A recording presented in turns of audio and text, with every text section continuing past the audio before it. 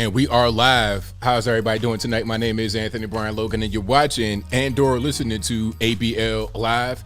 Thank y'all for joining me tonight. You could be almost anywhere in the world, but you're right here with me live on the show, and I appreciate y'all for that. We got a whole lot going on all over the internets, all over mainstream media, social media, everywhere. And where do I start? Hillary Clinton had a very cringe interview with Meg the Stallion. I guess that's the Democratic Party's outreach to the people of color community, I suppose. We'll talk about that in a minute. Also, shout out to pro-life activist Lila Rose going on Dr. Phil and destroying the audience with facts, figures, evidence, logic, things that they don't like on the other side. We'll talk about that as well. Credit cards, banks, they have a new way to categorize your purchases made at a gun store. So you want to go to Bob's gun store, get you a rifle, handgun, shotgun, whatever it is. They're going to have a little special code just for you because you could be a domestic terrorist, a straw purchaser, a mass shooter, although you are really a law-abiding citizen. We'll talk about that in a minute. Also, PnB Rock, yet another rapper gets shot and killed in LA again. People are blaming their girlfriend for posting on location, but why blame her when he's out in a very public place, a famous place, right in the heart of the ghetto? We'll talk about Pfizer being cringe and a whole lot more on tonight's episode of ABL Live. And thank y'all again for being here. You guys are the best audience anywhere on the internet. If you enjoy the channel, if you enjoy what you were hearing thus far, please give the video a thumbs up, like the video, share the video, do all that good stuff. Shout out to everybody that's been here for a long time. I appreciate y'all. Couldn't do it without you. We got quite a few topics on deck for tonight, but before we get into it, you know how I do.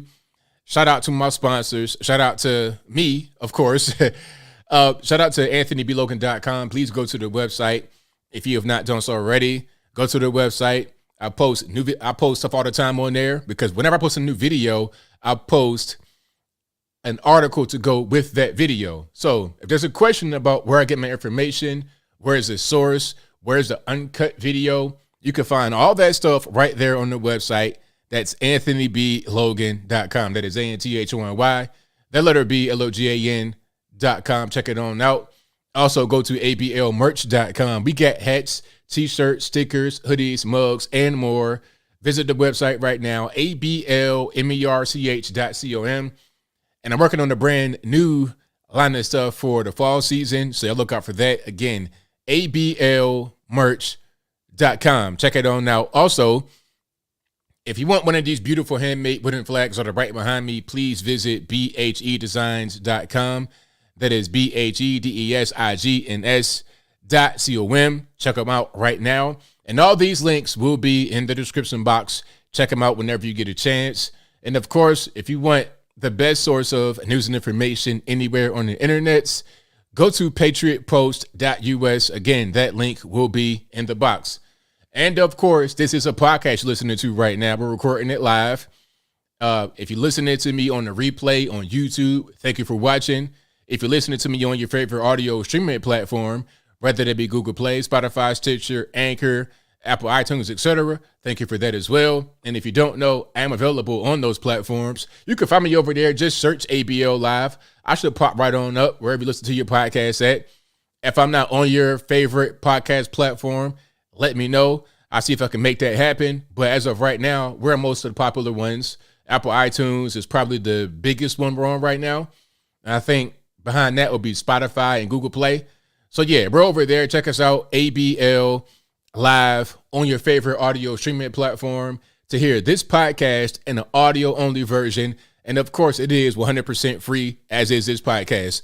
So we got quite a few things to talk about tonight. There's a whole lot going on. Thank you, Church Board, for enjoying my speech cadence. That's why I'm unique. That's why, people listen to me, because it's like I talk different and I have some good things to say. So I appreciate you for that. Thank you for pointing that out.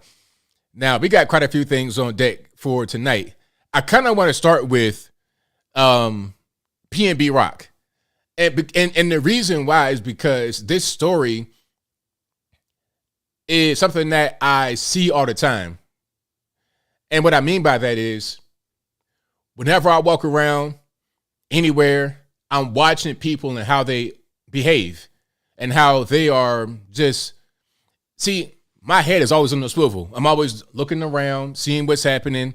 I'm always very aware of my surroundings. It doesn't matter where I am. I could be in a place that's perceived as safe, a place that's perceived as not as safe. It doesn't really matter where I am. I'm going to make sure that I am aware of what's happening around me. And a lot of people don't.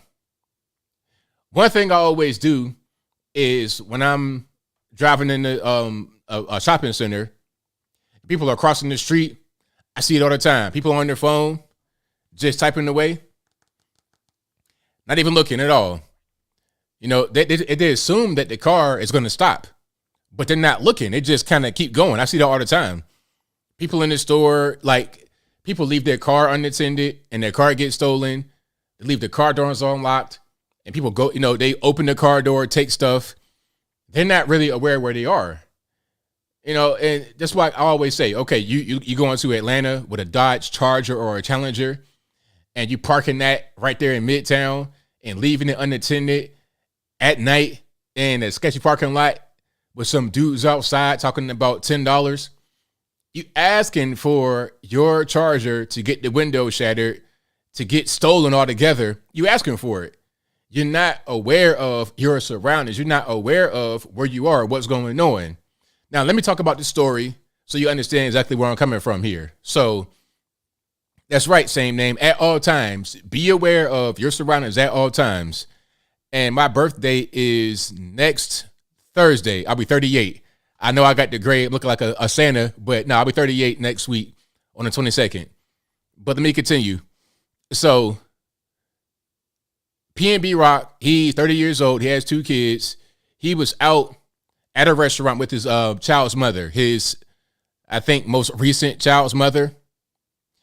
So they're in LA at Roscoe's Chicken and Waffles. Now, this particular Roscoe's, because there's a few locations that they have. It's not just one place. There's a few different Roscoe's in Los Angeles. But this particular Roscoe's, you right there on the corner of Manchester and Main Street. Not far from Figueroa. You're right there in South Central. Nickerson Gardens right there. Avalon Gardens. All that kind of stuff is right there.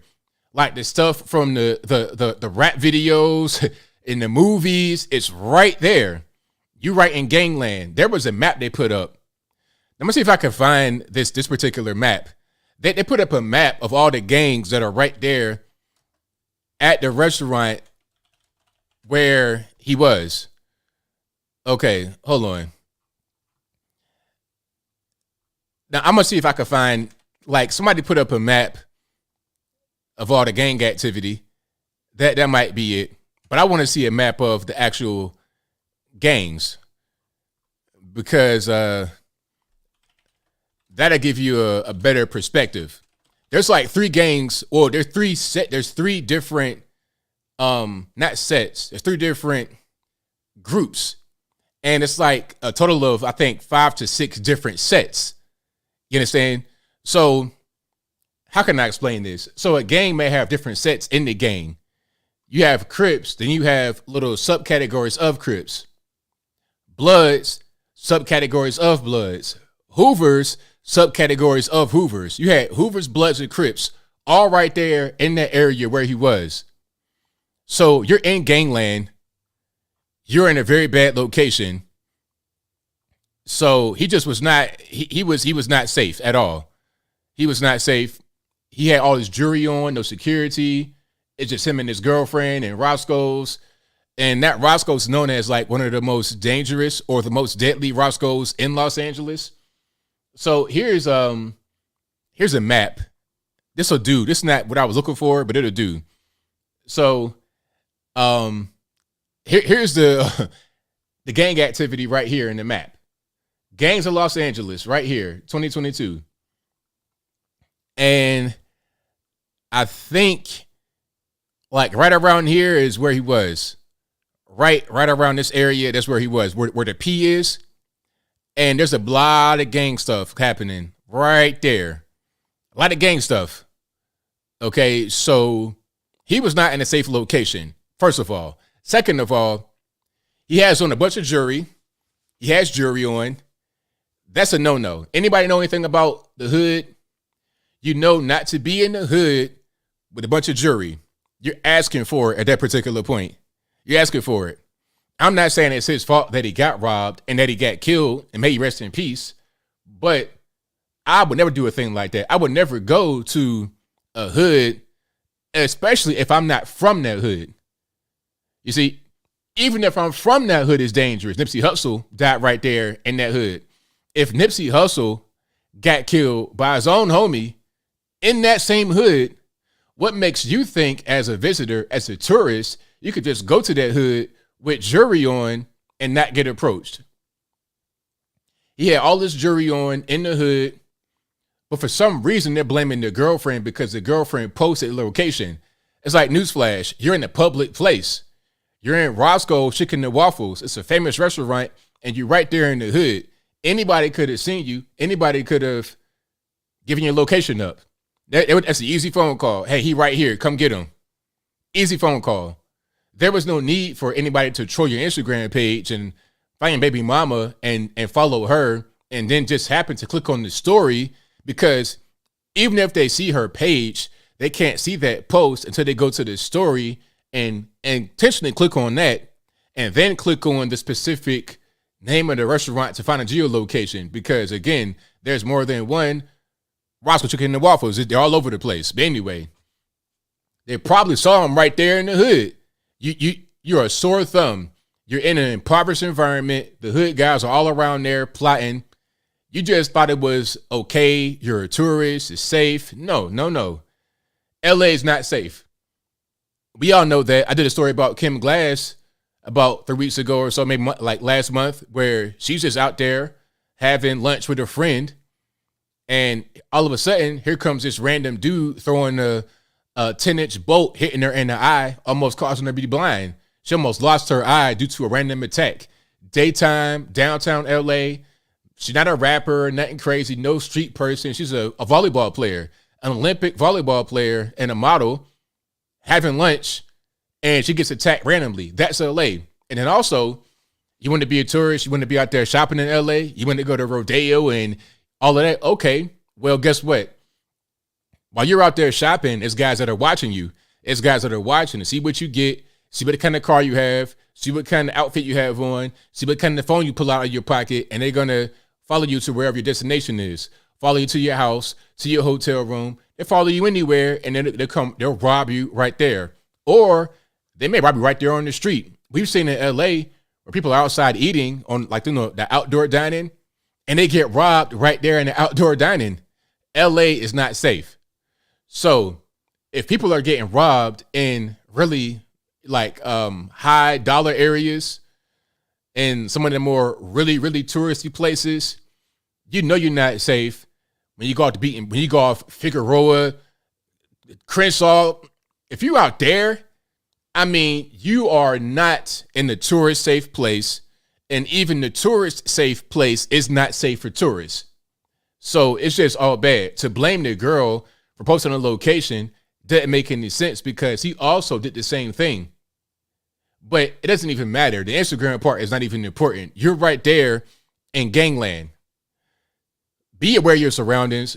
You know, people all the time, there are a lot of things that are avoidable that don't get avoided because people they don't really think about what they're doing. They don't really think, okay, I'm in a new place. I'm in a dangerous place. I need to watch myself. I need to watch my back. That's not how it should go. I remember there was a city council meeting. It was funny. It was funny because I don't think anybody got hurt, but it was funny because people were so perplexed over what was going on. If you're from Virginia, you're from Norfolk, you know what I'm talking about. So in Norfolk, there's a neighborhood called Park Place, right? It's the ghetto, 100% ghetto, very violent, very dangerous. I'm not sure how it is now. Is it gentrified all the way, or is it still Park Place? Anyway, right next to Park Place, I'm talking about directly next to it, is a neighborhood called Ghent. Ghent is like the gentrified area. Like, it's more big money. It's weird how Norfolk is very weird. Norfolk will have literally a project, a housing project, right across the street from some big dollar, $1 million semi high rise, literally right there in downtown, right by MacArthur. What's that circular building right there? I forget what that's called. But you got Tidewater Park right there, like literally across the street. But Ghent and Park Place are next to each other. So people from Ghent kept getting all kind of violent crimes, well, more property crimes. A lot of criminal stuff was happening to Ghent, and it was coming from Park Place. And there was a city council meeting, and it was packed with Ghent people. Oh, the crime is outrageous. I can't believe it. I thought I moved to a great neighborhood. And one person said that, well, they got into my house on the second floor. How did they do that? Were they Spider-Man? It was crazy, but it's like, hey, you don't understand where you are. You think you're in this nice neighborhood called Ghent, and it might be nice people. It might be well upkept and renovated homes, but the neighborhood you're in is not safe. It's not safe at all. It don't matter how much renovation, how much shiplight you put on the walls, how much paint from Sherman-Williams you throw all over the front, how many bricks you repair. It doesn't really make a difference how you flip it. You still in the ghetto, essentially. Until Park Place people move away and that whole area is gentrified, you're not safe.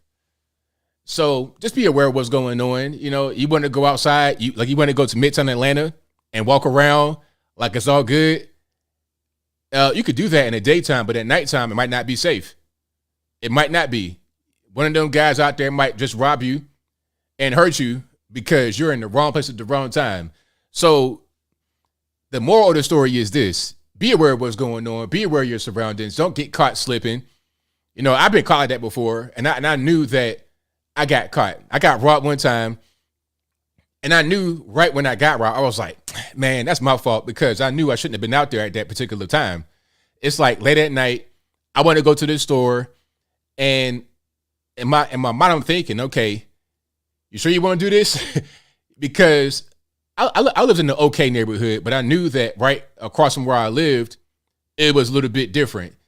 It was a neighborhood right there that could have been a little sketchy, and sometimes they shoot out.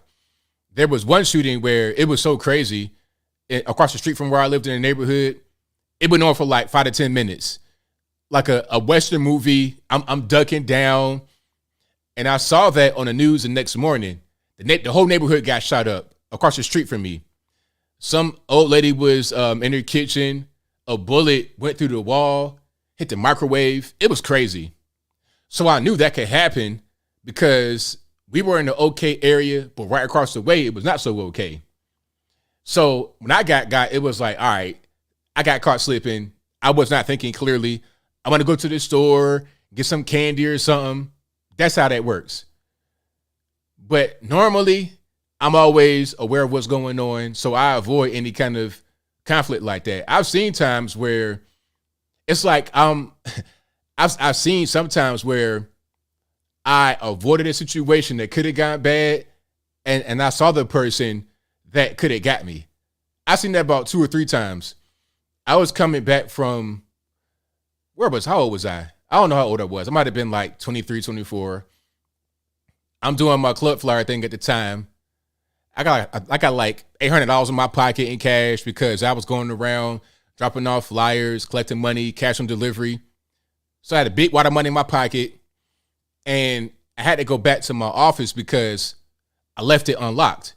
And I got all my computer equipment in there. We got cameras. We got all kind of stuff in there to do our job.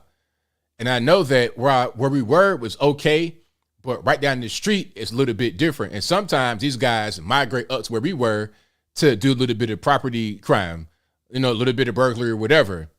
So when I go to lock up, I see a guy off in the corner hiding behind a green box. Like, not really hiding behind it, but he shouldn't have been right there. There's nothing right there at all. There's no store. There's nothing. Like, why are you right there? Are you waiting on me, sir? So I kind of finagle it to where I go in the back way to where he can't see me. And I go in the office and lock up. And there's like a little window on top to where I can see out to where he was. And I see the guy leave kind of like frustrated because he couldn't get me. And he walks toward where I am, but he's like going up the street, going past me. You see what I'm saying? So it's like I always see that kind of stuff happening because I'm aware of what's going on. If you're not aware of what's happening, you just see that guy and not even think twice. But I digress. So be aware of your surroundings. That's the moral of the story as I move on. And thank you for being here. You guys are the best audience anywhere on the internet. Oh, and stay armed as well. That's something else. Definitely stay armed. Definitely stay armed. But, you know, you don't have to use your weapon if you don't have to. The first line of defense is just your own common sense. You know, don't go to gangland to have a shootout. How about don't go to gangland to begin with? Because you can have a shootout if they, you know, shoot you first, maybe. But do you want to do that? Do you want to be in the shootout? I don't think you do.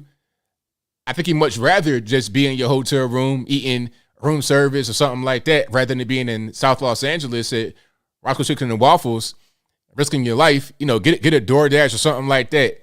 Bring that to your hotel by the airport. Don't even really be venturing around.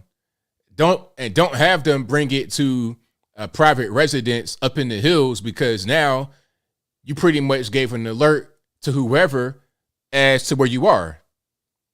Don't put it under your name. I don't know. Some things are common sense, but the older I get, the more I know that common sense ain't too common. All right. So that's what that is.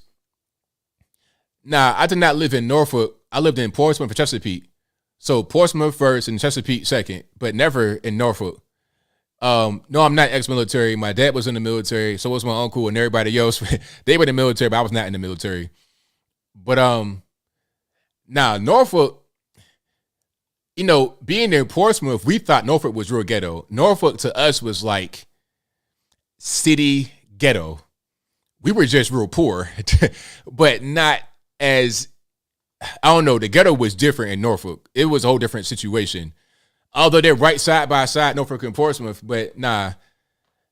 I used to go to Norfolk a lot, and now as I'm older, I go to Norfolk when I visit. I stay in downtown Norfolk. I like downtown now as I'm older, but when I was a youngin', when I think about Norfolk, I'm thinking about like the hood areas. I knew people in the hood in Norfolk, but now I go to nicer spots. I avoid the hood as much as possible. But again, if you in downtown Norfolk, you're right there. It's, you know, Tidewater Park is right there. You can't really avoid it, but just kind of stay out of it.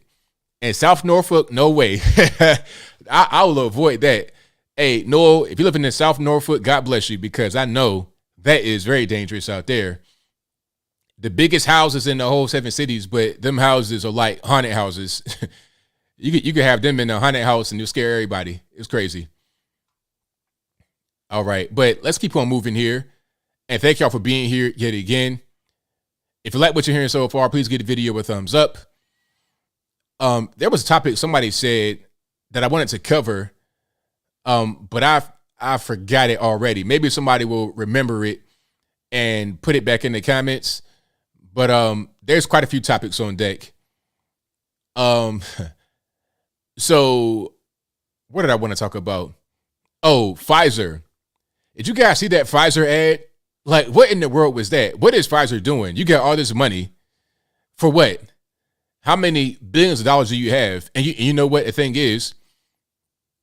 The thing is, they will put a lot of money toward things that don't make a difference as far as being able to serve the purpose of an ad. See, an ad should be something that will attract someone to a particular brand.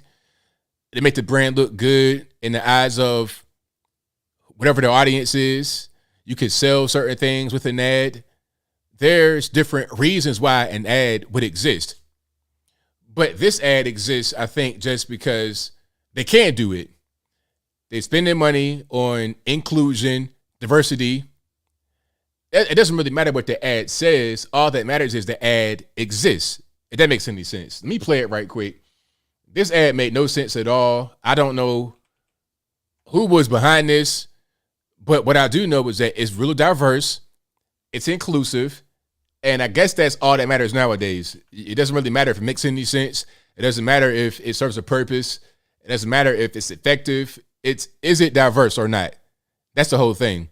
Thank you, Bob. Just repeat, FBI grabbing Mike Lindell's phone. That's what I want to talk about. That's right. I'll come back to that after this whole thing with the cringy Pfizer ad. Let me go ahead and play that right quick. Let's get a little bit of sound, shall we? And let's turn it down a little bit. Let's not have no eardrum busting. Hello, my friends. Welcome back to my channel. Today on stupid questions asked on the interwebs. So this person is Pinky Patel. I have no idea. I had no idea who this person was until I looked her up. Apparently, she's a Instagram comedian or a comedian in general. She has almost 1 million followers on Instagram. I've never heard of her until I've seen this ad. When your mom, Usha, tells you that she doesn't have to wear a mask when she goes outside because she's already wearing protective sunglasses, you need to wear a mask. You're a geriatric.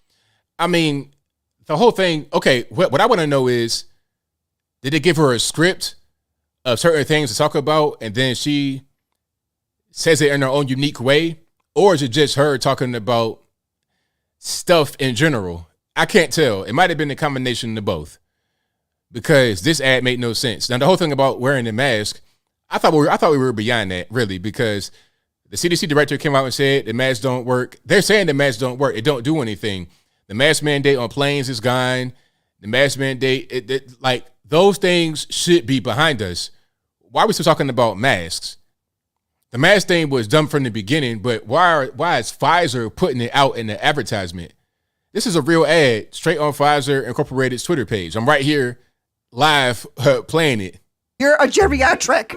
When your 9-to-5 day job coworker forwards you a sketchy article saying that all of the ice cream has been contaminated. Contaminated with goodness? That it's gonna make me nice and fluffy so there's more cushion for the pushin'? Is that what you mean by contaminated? When your parents ask you to use all of your summer PTO to help them around the house. No, Mom, I have to go to Ibiza and get ratchet. But here's what I don't understand. It's like, you're talking about summer PTO, going to Ibiza, ice cream, getting contaminated. How is that related to Pfizer? What is the purpose? This reminds me of the ad that I covered a while ago from, it wasn't Johnson & Johnson. It was one of those companies. I forget. Oh, Procter & Gamble, talking about the talk that black parents have with their kids. It's like, what talk? This is not like, I don't know. It's so weird and just kind of cringe how they do things. They put out commercials to appeal to a very small niche audience and to shareholders, but not to you and not the regular public, because this does not make any sense. But to an advertiser, but to like a shareholder perhaps, or to some of these weirdos in New York, Los Angeles, it might make sense to them. No, Mom, I have to go to Ibiza and get ratchet. While making s'mores, your brother says that roasting marshmallows burns the COVID off. Really? That's how it works? I think you should touch the marshmallow a little bit harder and a little bit longer, because that's also how you can burn off your fingerprints so you could be the criminal that you are. Misinformation. The more you know. Zing. Okay, bye. I mean, like, and here's the funny part though. That was not actually funny, but here's the funny part of that. They probably spent a big amount of money on that. First of all, to get a social media influencer with 1 million followers and diverse and all that kind of stuff. Was that like a South Indian woman or something? South Asian woman? Oh, to get somebody like that to do this kind of thing as part of a company as well, the Skim, whatever that is, that's big money. If they spent $1 million right there, I would not be surprised. Definitely in the 6 figures. Ain't no question in the 6 figures for sure.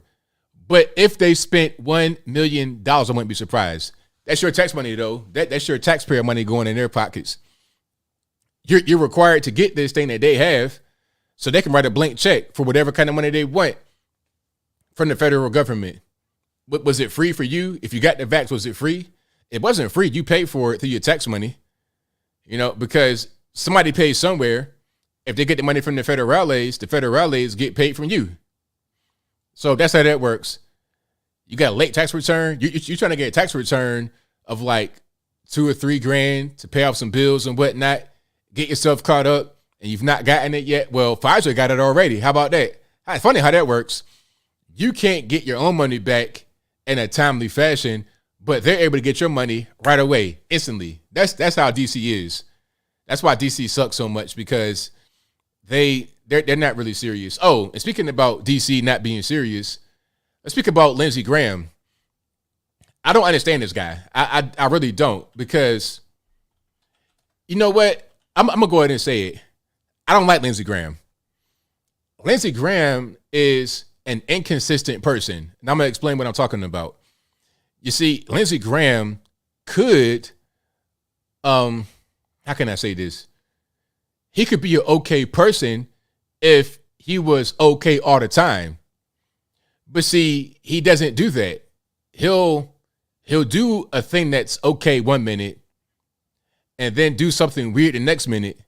He's inconsistent. It's like, sir, I need you just to be whoever you're going to be, just be that way all the time. If you're going to be, what's your man's name? Mitt Romney. If you're going to be Mitt Romney, sometimes be Mitt Romney all the time. Don't just be Mitt Romney occasionally. Be a consistent person. Okay, so let's check it out here. Okay.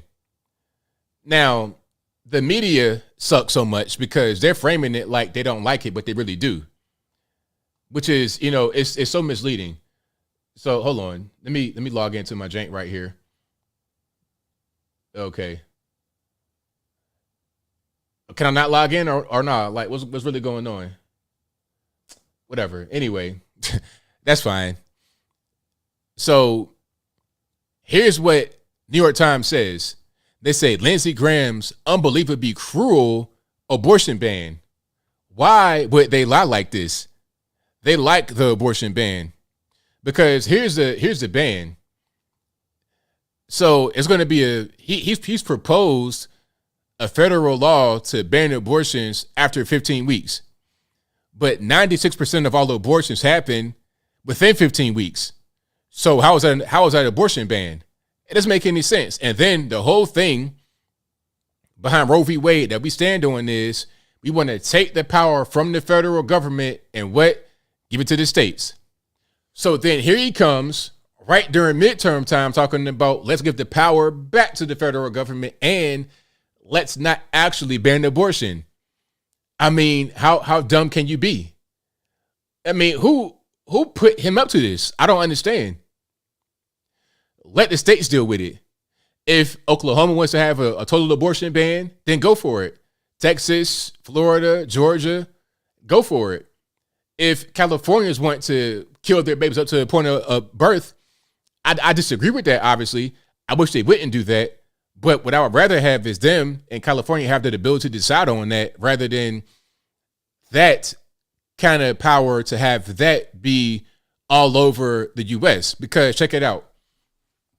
If there's a federal law that bans abortion after 15 weeks, then they could change that federal law to allow all abortions up until the point of birth. I'd rather would have states set what they want for abortion rather than the federales doing it.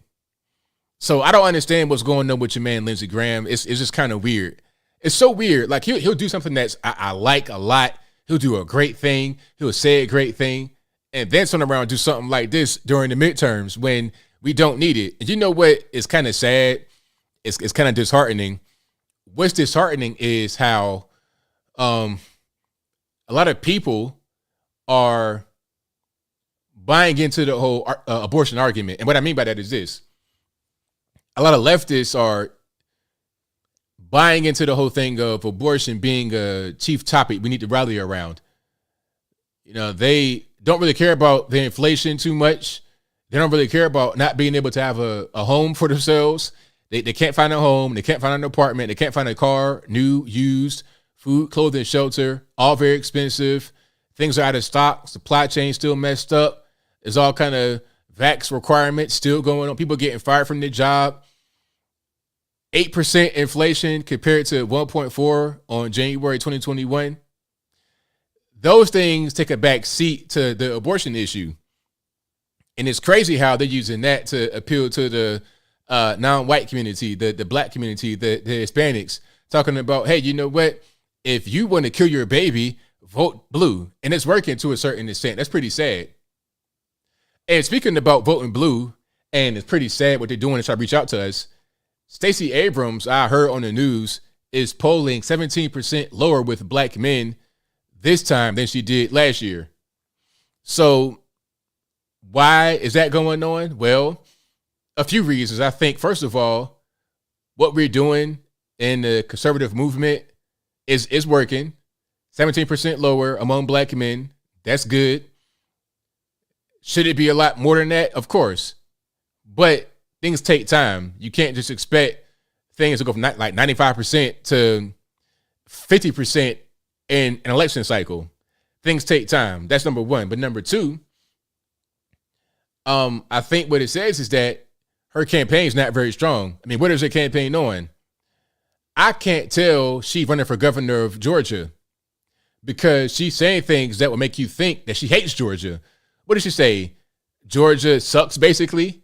It's the worst place to live. Hold on. She might as well say Georgia. She might as well say, I hate Georgia. Georgia sucks. But if you're trying to be the governor of Georgia, that's not a very good thing to say. She said, Georgia is the worst state to live in. Hold on. Matter of fact, let's pull it up. We got proof. Just so you know that I'm not making it up. I don't lie to you guys. I tell you, I'm always truthful. You can love what I say. You can hate what I say, but you can never say that I lied to you. I don't do that at all. So let's go ahead and pop it up right here. This is from 11 Alive, which is a news source out there in ATL, but it's video of her saying it. So it's not like it's altered or doctored video. Let's check it on out right here. Of hearing about being the best state in the country to do business when we are the worst state in the country to live. When you're number Hold on. Let's, because she missed it, because that was kind of quick. She said it right there. I am tired of hearing about being the best state in the country to do business when we are the worst state in the country to live. So if you're trying to be the governor of Georgia, that might not be a good thing to say. Some are going to say, well, ABL, there's context. What kind of context can you bring that's going to make that make any more sense? That'll make that sound different from how it sounded. We're great to do business in, but we're a bad state. We're the worst state in the country to live. She said that. Hearing about being the best state in the country to do business when we are the worst state in the country to live. When you're number 48 for mental health. When you're number 1 for maternal mortality. When you have an incarceration rate that's on the rise and wages that are on the decline, then you're not the number 1 place to live in the United States. But we can get there, Gwinnett. So, I mean, if I'm outside looking in and I hear the governor or the potential governor say how much Georgia sucks, I might not want to go there. I might not want to visit there. I might not want to vacation there. And if you're the governor, part of your job is to be the ambassador for your state, to bring in new business, to bring in tourism, to bring in outside money to help your state go up, to boost the morale of your constituents. So if you tell your constituents, hey man, we suck. This state sucks. We're a bad place to live. It doesn't make any sense. And also beyond that, if Georgia is so bad, I can't tell, because every single day I'm seeing U-Hauls going down 75. I mean, in droves. They're going to Atlanta, they're going to Savannah, Macon, etc. But mostly to Atlanta, they're moving out there in droves. Not just black folks. Atlanta is an international city. You see every race in the world out there. It's like New York City, but on a smaller scale. That's what's going on. Matter of fact, it's like New York, but spread out. New York is more vertical. Atlanta is more horizontal. If that makes any sense. Okay. So not a very good job, but that's probably part of the reason why she's polling 17% lower with black men this time than last time she ran for governor when she got stomped. Now, if she's polling 17% lower with black men and she got stomped last time, then she won't make up any ground this time. She would probably do worse than the time before. Okay. And then beyond that, she said today that she didn't say, well, how can I phrase it? She never said she didn't win, or that she never said that she didn't lose. Put it to you that way, right? Let me see if I can find a video right quick so I can just play it rather than trying to say it, because I don't want to say it incorrectly here. All right. And if you like what you're hearing so far, please give the video a thumbs up. Like the video, share the video, do all that good stuff. That'll help me out tremendously. Oh, here it is. She says, I've never denied that I lost. I'm not delusional, just so that's clear. But I remember her talking about all kind of stuff, saying that the election was rigged, it was stolen, and all kind of irregularities. And it's funny how she was able to say all those things about the election, but let you or I say something about the election, how it was some funny stuff going on in Georgia, where she said there was funny stuff going on. If we repeat what she said, then we're wrong, but she's right. Make that make sense. I got video right here, and I may do a video about this specifically tomorrow, but I'm going to play it right here because it's on my mind right now, and I got to get it off my chest. This is on the spew, as my man Jericho Green would call it, a.k.a. The View. Let's go ahead and play it. Run against incumbent Brian Kemp for governor, and polls show a tight race, especially the poll this morning. Now, when you lost in 2018, you didn't traditionally concede, which I appreciated, because you cited voter suppression. Did you hear that? So she said you didn't initially concede because you cited voter suppression, meaning she didn't initially say that she lost. She didn't admit to losing because she's talking about how the election was not right, how the election may have been stolen. You guys heard that, right? It's not just me hearing things. Okay. Are you confident that this will be a free and fair election and not a repeat performance of what happened before? So what Sonny is saying is that the election was stolen. She's saying that right here. She's asking Stacey Abrams, hey, do you think this would be a free and fair election and not a repeat of what happened before? So if free and fair election is the opposite of what happened before, then that means that the election was stolen. They can say that on The View, as with Stacey Abrams, but if Trump says it or Mike Lindell or somebody like that, I'll get to in a minute. If they say it, then we need to have the federales raid their house, steal pillows and frame Time magazine portraits and things like that. So I appreciate the question and the framing. I have never denied that I lost. I don't live in the governor's mansion. I would have noticed. Oh, is that right? Because I remember back in 2018, you were denying that you lost. You were denying it, talking about the election was stolen. I remember that. I covered it right here on this channel. And I remember in 2020, 2021, when we said the same thing about the GOP election, but not GOP election, but the general election, the 2020 presidential election. Then it was, oh, you conspiracy theorists, QAnon, tinfoil hat wearers. I remember all of that going on. I won't play too much more of that because I'm gonna do a video about it and I'm gonna dig deep into it. But yeah. So whenever I hear people talking about, oh, the MAGA supremacists, all that kind of stuff, I don't even pay no attention, because what's going on right now. The Democrats are funding the so-called far-right MAGA Republicans because they think they'll be easier to beat.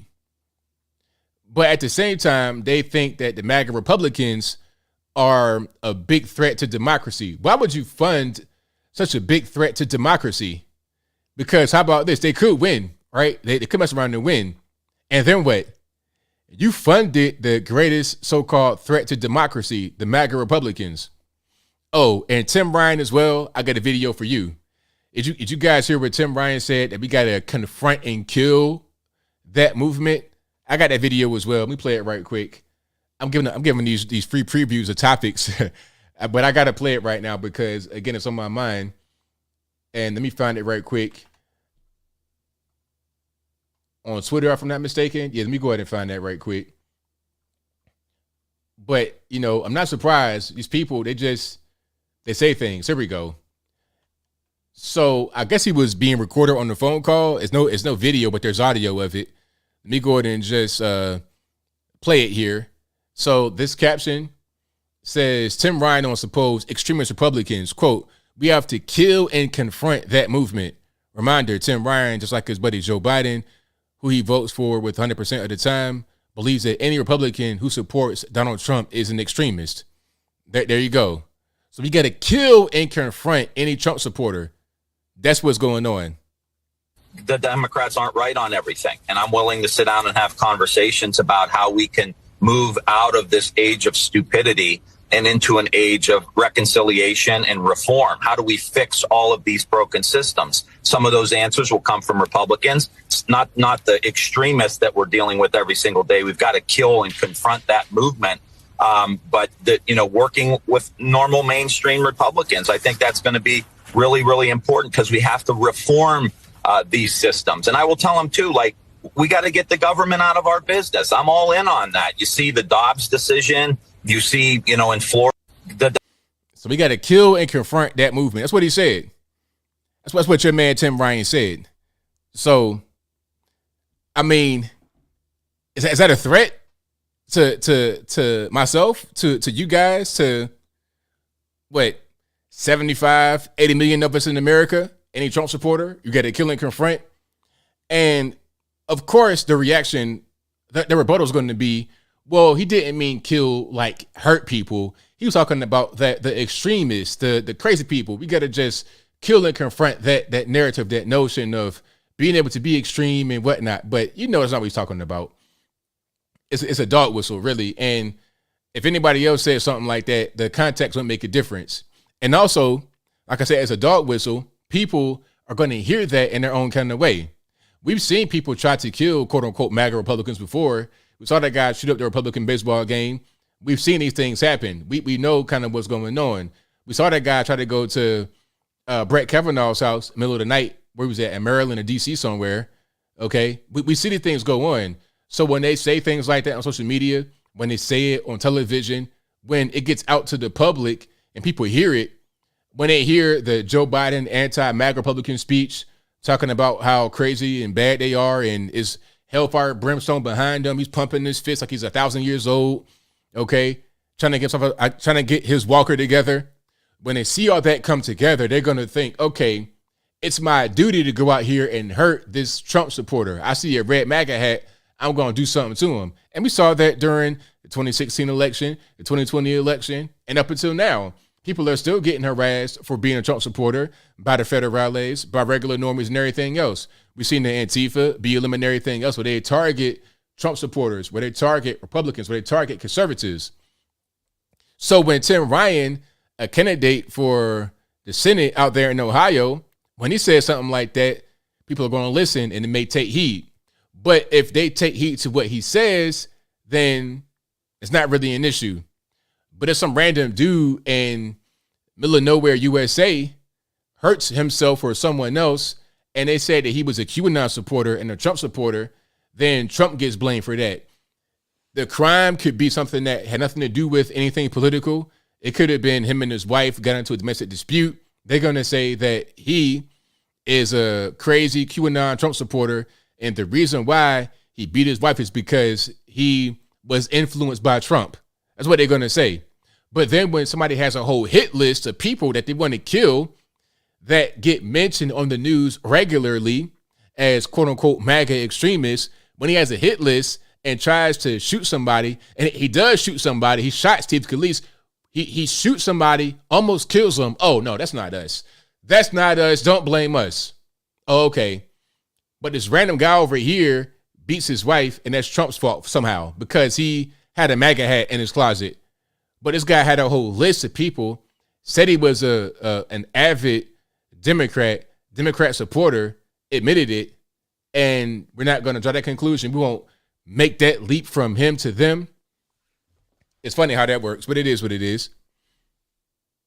All right. But if you like what you're hearing so far, give the video a thumbs up, like the video, share the video, do all that good stuff. That'll help me out tremendously. And let's talk about Lila Rose. Now, big shout out to Lila Rose for going on Dr. Phil and wrecking shop. She absolutely wrecked shop. Let me find it right quick. So the issue was abortion. Lila Rose is pro-life, and everybody else was pro-choice or pro-abortion, pro-death. That's the correct word to use. So it was weird. You saw Benjamin Crump there, you know, the ambulance chaser, the lawyer for Trayvon Martin and, you know, et cetera. Why is Benjamin Crump there? What does his platform have to do with abortion? You know, they're using the black community, they're using so-called minorities to push this idea of abortion being a good thing. To the normie that doesn't really understand anything, they say, oh, here's a black person, and they got on Dr. Phil speaking about abortion. I'm going to do this for the black community, as if that's something that is really needed. They may say it's needed, but not because it's some kind of health thing. I'll talk about that a little bit later. So here's the first one, the first clip I want to show you guys, where Lila Rose, and a lady in the audience have a back and forth. And listen to what they're saying and look at the attitudes of both women. And it tells you the whole story right there. It tells you everything you need to know. There is nothing you could possibly say to justify that level of lack of empathy. And that's the problem I feel like in this country at the moment. We were founded on the lack of empathy, and we've just kept up with that tradition. If you have no empathy. Abortion is devastating to women's mental health. No one talks about that. The year after a woman has an abortion, it's really like the year after a woman have to have the child. What kind of trauma is the that? Trauma that you're is from the on rape. Somebody? The trauma is from the rape. The child's an innocent party there. The child isn't born yet. It's not there. We should not take out generational sin on a child to say there's generational sin and that dad was an abuser, so the child should be killed. That's not fair to the child. We're talking about rights, and he just said a right has been taken away from us. And what is next? I want to address that because our fundamental human right that we all share in this room is life. It's the first human right. Laws are meant to protect the weak. In a society, who's the weakest? Who's the weakest in the society? A child. The poor. They don't have a voice. They can't speak. A child in the room. So you see the attitude difference right away. The appearance, all these hoops and stuff going on, that's big red flags. I mean, good grief. That's, you know, the attitude, the appearance, all of that together is just a big, giant red flag. Okay. And also, what she said right here was very telling. Lila Rose is right here. She's talking about who is the weakest in society, who is like the absolute, who is society's absolute weakest. Children, of course, because the child, it doesn't matter if the child has parents with money or does not have parents with money. The child cannot defend itself by itself. A newborn baby is defenseless against everything. They must have a human there to protect them in some kind of way, whether it be there in the hospital, in some kind of secure environment, in the arms of the mother at home, the father. Somebody got to protect this child, the grandmother, somebody, guardian, some human that can defend themselves must be there to defend and take care of the baby, period. But the lady is saying the poor are the most vulnerable in society. So if you're poor or you don't have a lot of money, you don't have this lady's level of money, then you are weaker than the baby in her eyes. That's or weak, but a poor child would be the keep weakest. them that way by and a child with disability. Listen, whether you live 10 minutes or 10 years or 100 years, you're a human life and you have the right to not be killed. And that's what the pro-life fight is all about. That's what we're fighting for, a culture of life where we provide real health care. You know, abortion is the intentional destruction of an innocent human life. So that was very well done. And one thing I like to say about Lila Rose is that her demeanor, her attitude throughout was very calm, very cool, very even. And that is a great way to debate. That's a great way to express your viewpoints with an aggressive person, especially because on the outside looking in, who looks better? Not even trying to like look good and do it for that reason only, but you do look better when you keep your composure and everything's all good. When you kind of fly off the handle and start acting the fool, that's when things kind of go downhill. You don't look too hot at all. But there's more video. Hold on one second. Let me see if I can pull it up right quick. So Lila Rose is now going to bring facts and figures, Dr. Phil, Dr. Phil don't like it too much, you know. He doesn't like facts and figures. And it's funny, he'll say one thing and then immediately say something else. He'll say one thing and then go right back on it. He'll just twist hold on. Before I say any more, just watch the clip, you'll be able to understand what's going on here. The predicate of your positions that life begins at fertilization, that science is very clear about that. And you have to know science there's no consensus among the scientific community. There is, Dr. Phil. 96% of scientists say that life begins at fertilization. If you're an in vitro specialist, you're looking to create a single cell embryo, and then you know you have a new human life. So it is a scientific fact. Well, actually, it's not. Well, when do you say human life begins then? It doesn't matter what I think. So he just talked about his viewpoints on it, talking about, well, it's not a scientific fact, all this, that, and the third. But then when she asked for some more information, like, hey, so if life doesn't begin at fertilization, then when does it begin? Oh, it's not really about my particular point of view. It's like, nah, if you're going to say what I'm saying is wrong, then tell me what's right then. Tell me what's really going on. Give me the actual story then. If it's like that, tell me the actual story about what's happening. Do that. I don't care what I think. What I'm saying is the scientific community does not have a consensus about when life begins. It's simply inaccurate. It's simply inaccurate. That's not true. You can go to the body. A single cell embryo is a unique new human life. You can go to the body of scientific literature and you can find neuroscientists who say that it begins when there is a detectable brainwave. But Dr. Phil, in an abortion, if it's not a human life, why do you have to kill it? I haven't spoken over you, and you keep speaking over me. He's not answering the questions. These are very good questions. She asked two very good questions right here. The first one was, okay, if life does not begin at fertilization, when does it begin? He did not answer that question. The second one was, well, if abortion does not kill a baby, then what are we doing? Like, what is abortion if not killing the baby? The baby's being killed. So if there's no life, then what are you killing?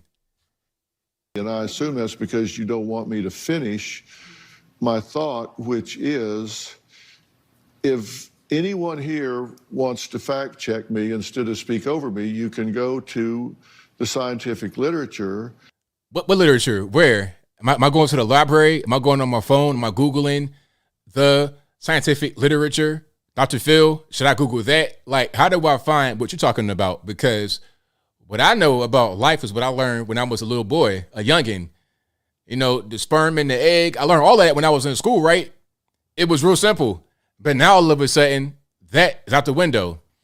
I learned quite a few things when I was a kid. I'm going to get out of this right quick. I learned quite a few things as a kid. But there was two main things I learned. Okay, the first one was about the birds and the bees. Well, not even really that. Sperm and the egg. You know, how life comes to be. A man and a woman create a baby. That's what I learned as a kid. But now that's twisted. Now you can be Zir, Zim, Zer, Zob, Zoo, whatever. All the kind of pronouns, whatever you want.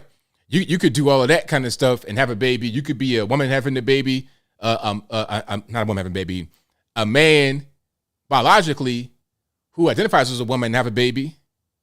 You could be a woman and be a man. I saw a video. It's kind of an old video that I saw before, but it was of a man trying to breastfeed a baby. It's like, sir, stop. I mean, look, you can identify as whatever you want in your heart. Okay. If you want to dress like Sailor Moon or Mary Poppins or Miss Doubtfire or one of the Golden Girls, but you were born Tyrone Wiggums, that's fine. But check it out. You are not going to be lactating and breastfeeding the baby, sir. You might got man boobs, but the boobs ain't gonna produce no milk. You need to go to the penitentiary, make big rocks and little rocks, because now at a certain point you abusing the baby. Like, I don't want to see that. I'm getting triggered. Let me stop. Let me just relax myself. Yes, I'm not making it up. I would play it right here, but we got little kids watching, and that's a little bit too much. That's too much.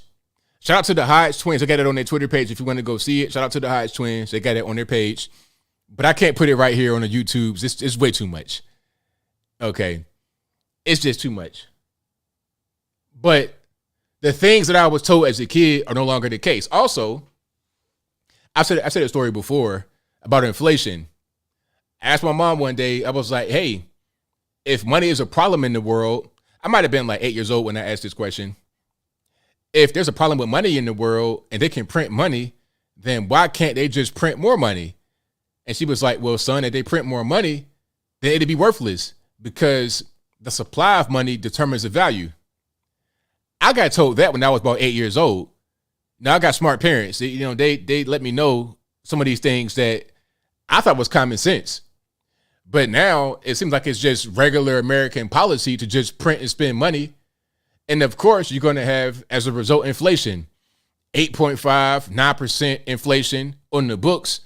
But it's really more than that when you're talking about things that we all have to purchase. Food, clothing, shelter, it's all through the roof. And it might not even be available. I want certain kind of chicken thighs or whatever. It's not even available. I want a certain kind of food, a certain kind of count bar, not even available. So not only is there a bunch of inflation going on, there's also unavailable things, supply chain shortages, labor shortages, all kind of stuff going on as a result of all the printing and spending and ridiculous virus policies. But as a kid, I was told that this would happen. And maybe what I was learning, maybe what I was told as a kid is passé, is no longer popular. We don't go by that anymore. We ignore all the basic rules of economics. Econ 101, ignore that. Don't even worry about it. Financial literacy, burn your financial literacy knowledge. Put your knowledge in a book and throw it in the fire. Have a whole bonfire with your knowledge. Throw it away. And just do stuff that is going to create inflation. And then you're going to have deflation because they're going to keep raising the interest rates. Check it out. I have a mortgage, right? And I got my mortgage in 2020 with a 3% interest rate. Okay, 3% interest rate. And I was seeing mortgages for lower than that at the time, but I got it at 3%. Okay.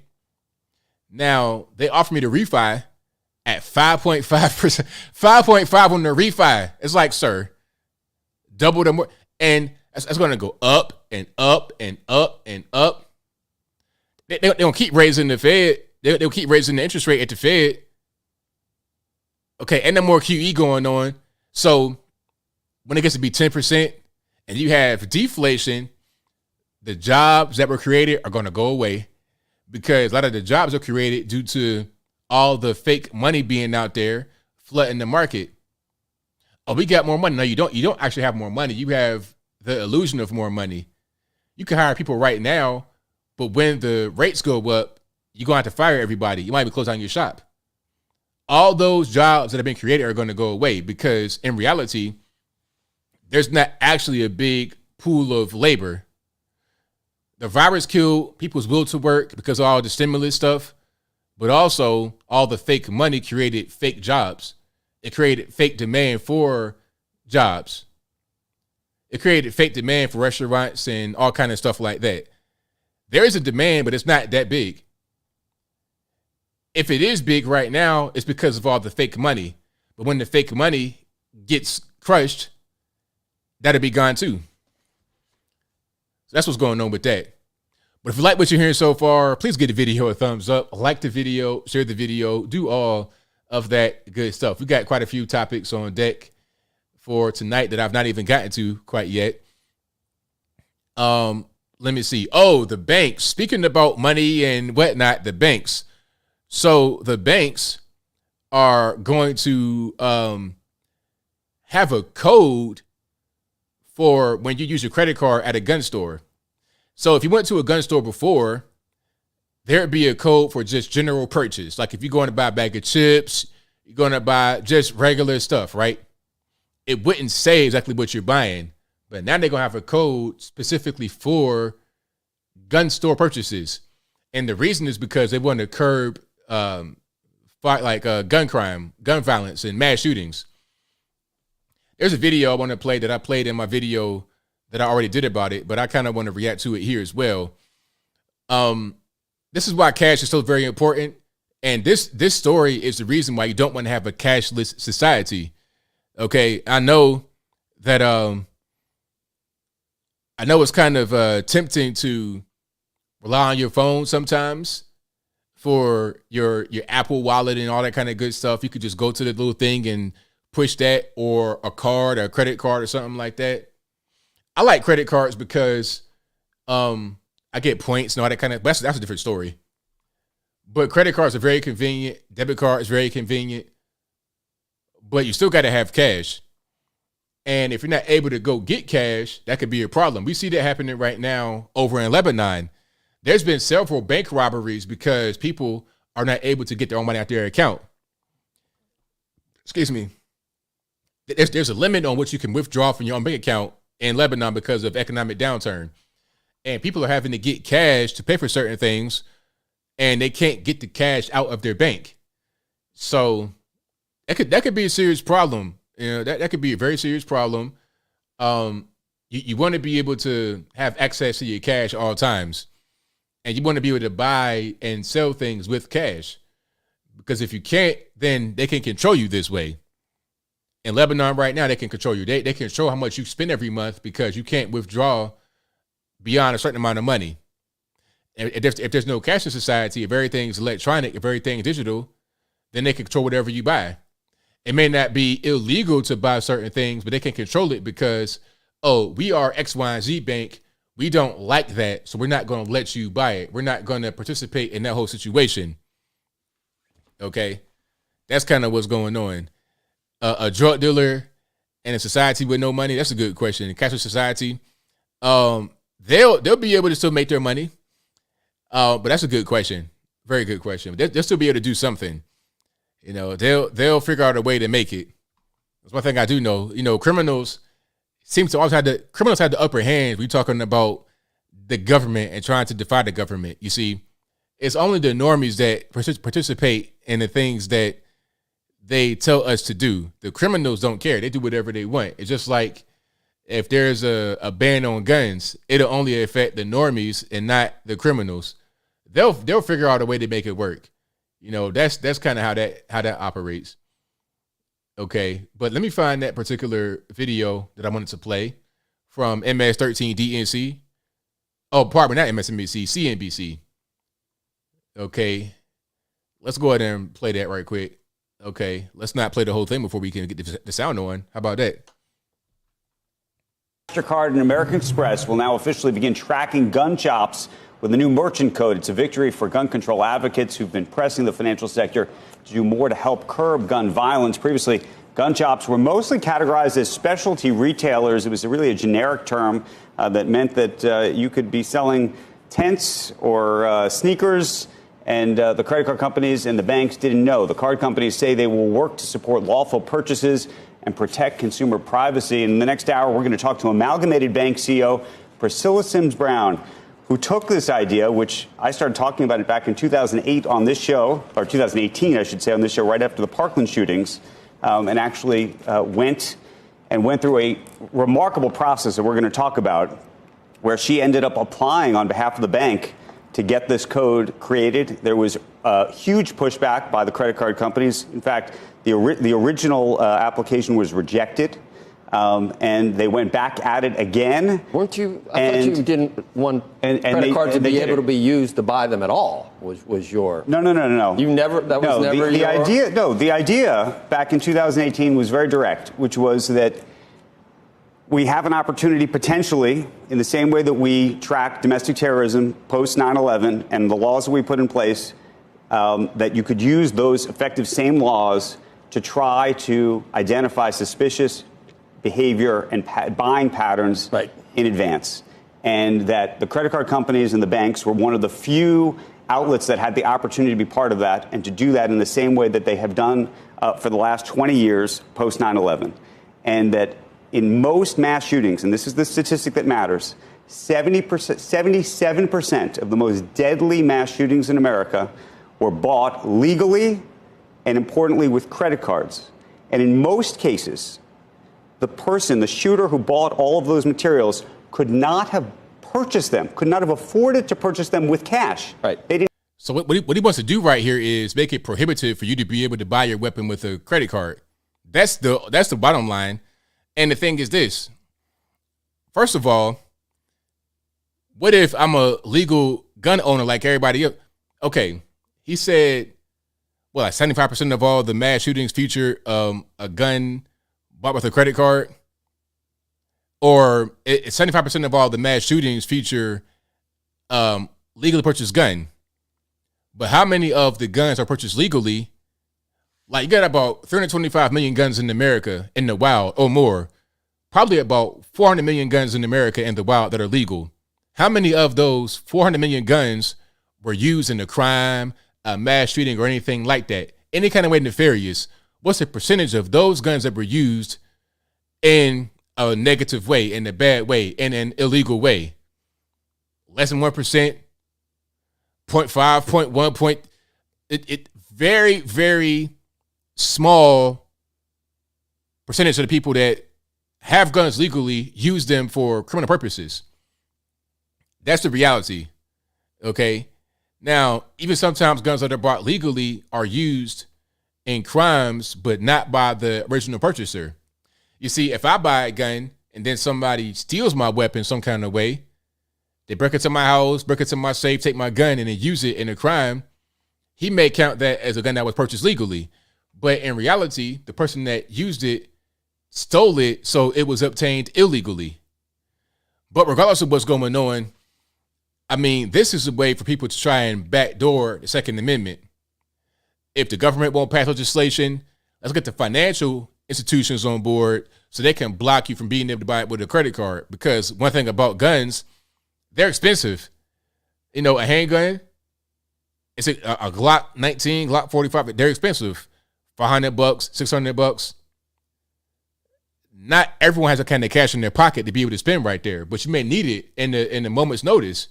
Okay, what about a woman that's having a stalker or something like that, and she needs a gun to protect herself?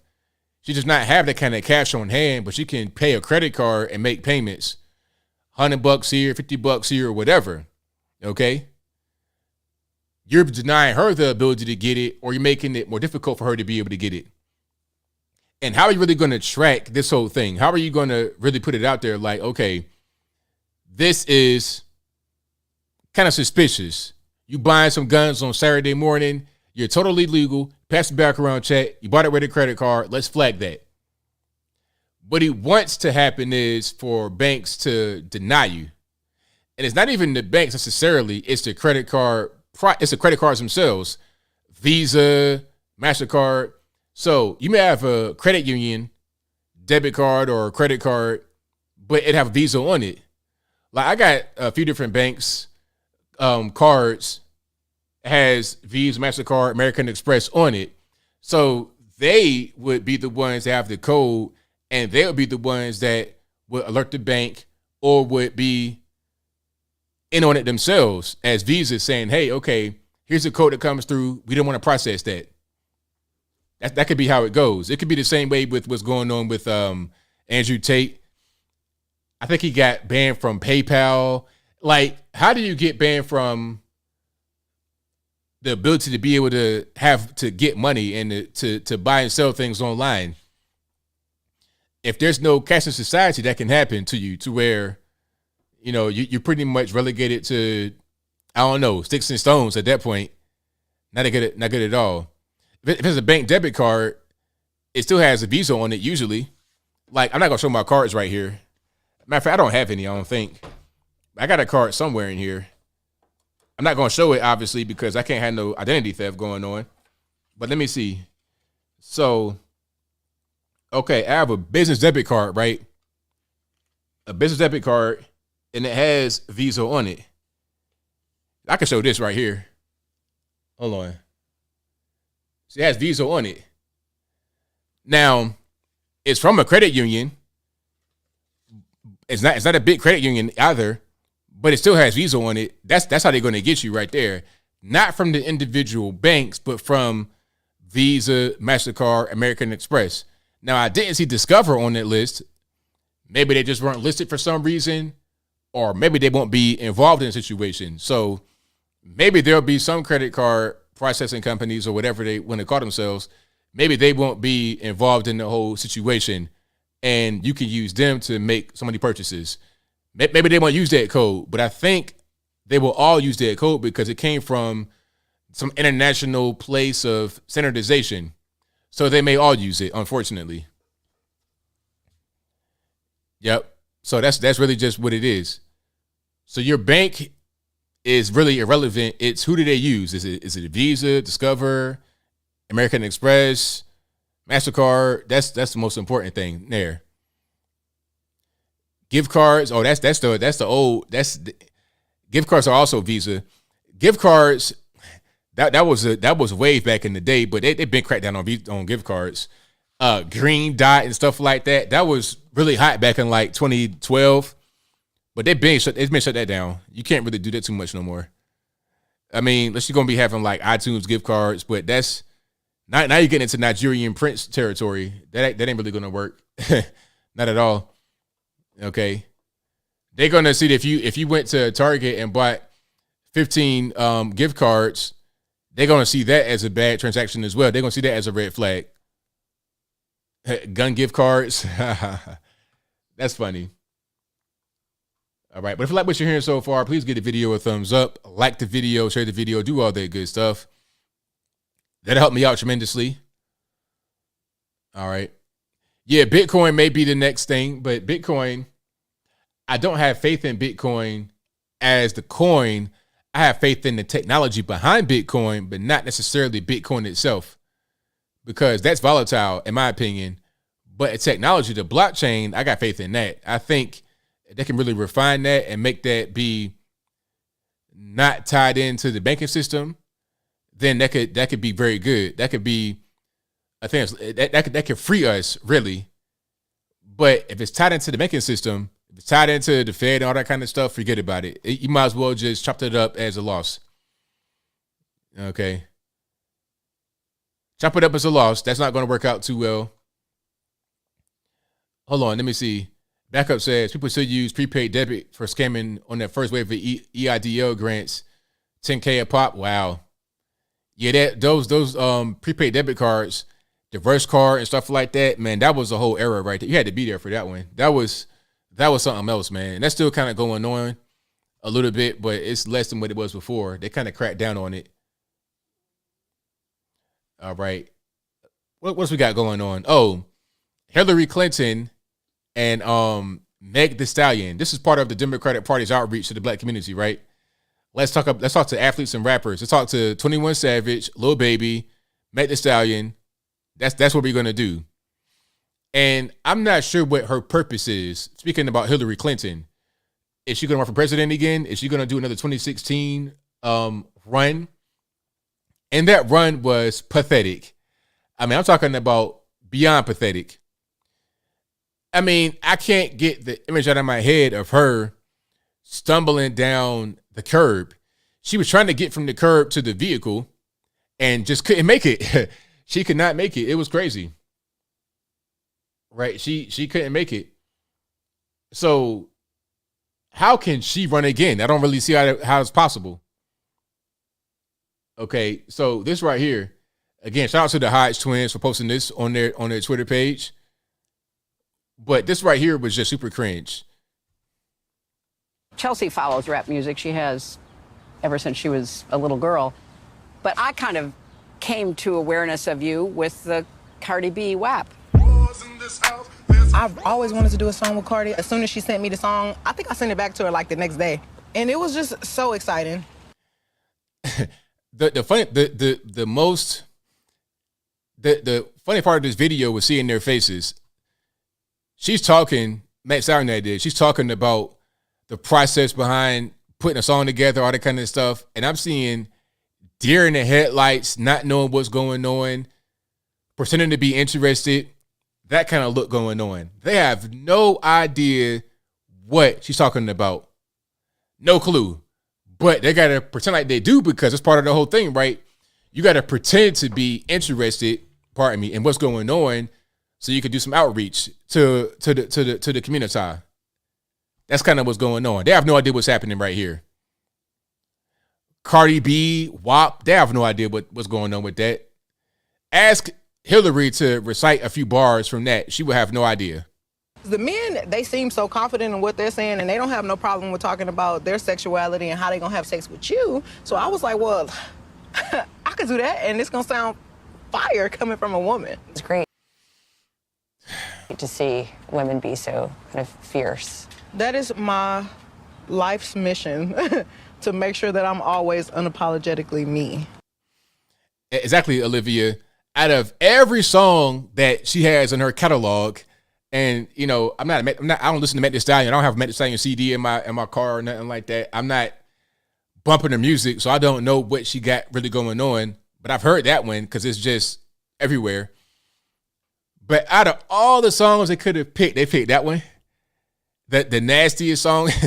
I mean, if you got little kids watching, do not Google that song. Do not Google what it stands for. Please don't. And don't put it in the comments because we got little kids watching. But yeah, I mean, that right there is political outreach. Hey, let's talk to a twerking rapper, a strapper. I think that's what Jermaine Dupri called him, a strapper. Stripper rapper. They call it strap. a strapper rapper. Talk to her about the nastiest song she has as political outreach to the black community. Do that. That'll work. And at a certain point, if it works, then we can't even really complain about it. I'm offended, but if people vote for it, then I guess not offended. I guess it works, huh? Like I said, Stacey Abrams was polling real low with black men, 17% lower than last time. What's her response? Get Lil Baby on the phone. Get 21 Savage. Get Charlamagne the God from Breakfast Club, the hip hop radio show. Get him. Let's have a roundtable with them. Let's talk a Lil Baby, 21 Savage, and Charlamagne about the black community and how we got to go forward. Don't have anybody intellectual. Don't have no pastors or just, social media. No, rappers. Okay, drugs, guns, violence. Yeah, that'll work. Fantastic. So yeah, that was real cringe. But there was a book they have out. Hillary and Chelsea got a book out that came out in 2019 about strong women, feminism, all that kind of stuff. You know what it is. Feminism, LGBT is all the same thing at a certain point. The LGBT movement and feminism, it's the same. Black Lives Matter, again, the same. It's all part of the same society destructing type of cancer that is spreading around. I'm not saying that if you are gay that you're part of a cancerous movement. I'm talking about the LGBT movement. That's different than just somebody being gay. If you gay, mind your business, you're not involved in nothing crazy. I'm talking to people that are involved in the LGBT movement. I saw an email somebody sent me about a teacher being put on leave because he told his students to refer to pedophiles as minor attracted persons. He said that in the classroom. I don't know how old the kids were, but it was underage. These are like K through 12. I don't think it was college. But that is going on. That is what I'm talking about as far as the LGBT movement. Promoting extreme ideas like that. If all they did was just be cool and not rock the boat, I'm not tripping. But we're talking about maps, when you're talking about drag queen story time, and the drag queen story time has gotten out of control. It's out of control. It's just like normal now to see little kids at a drag show. And it's like, since when was that okay? It's not okay for a little kid to be in a regular strip club, let alone a drag queen strip club. I mean, how did we fall so far so quickly? It's like it went from 0 to 100. It went from not having this be a thing at all to it being everywhere. Same thing with little kids having quote unquote transitions. It was not a thing I say maybe about 5 years ago, 6 years ago, but now it's everywhere. It's fashionable. These parents are treating their kids like designer puppies, like dogs. Like they're breeding dogs and they're treating them like that. Oh, I got an American Bully. I got a X, Y, and Z dog. I got a Dalmatian, like the movie. I got a kid. He's LGBT. It's the same thing.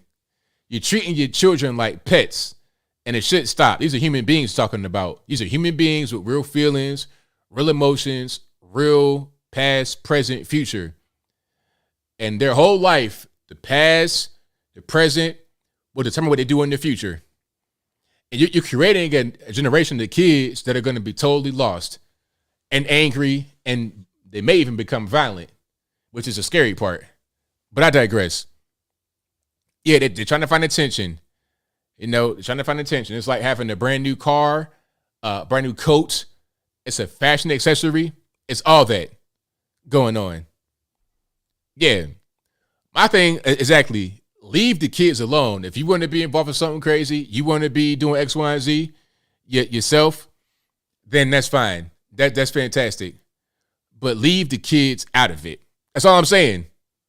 All I'm saying, leave the kids alone.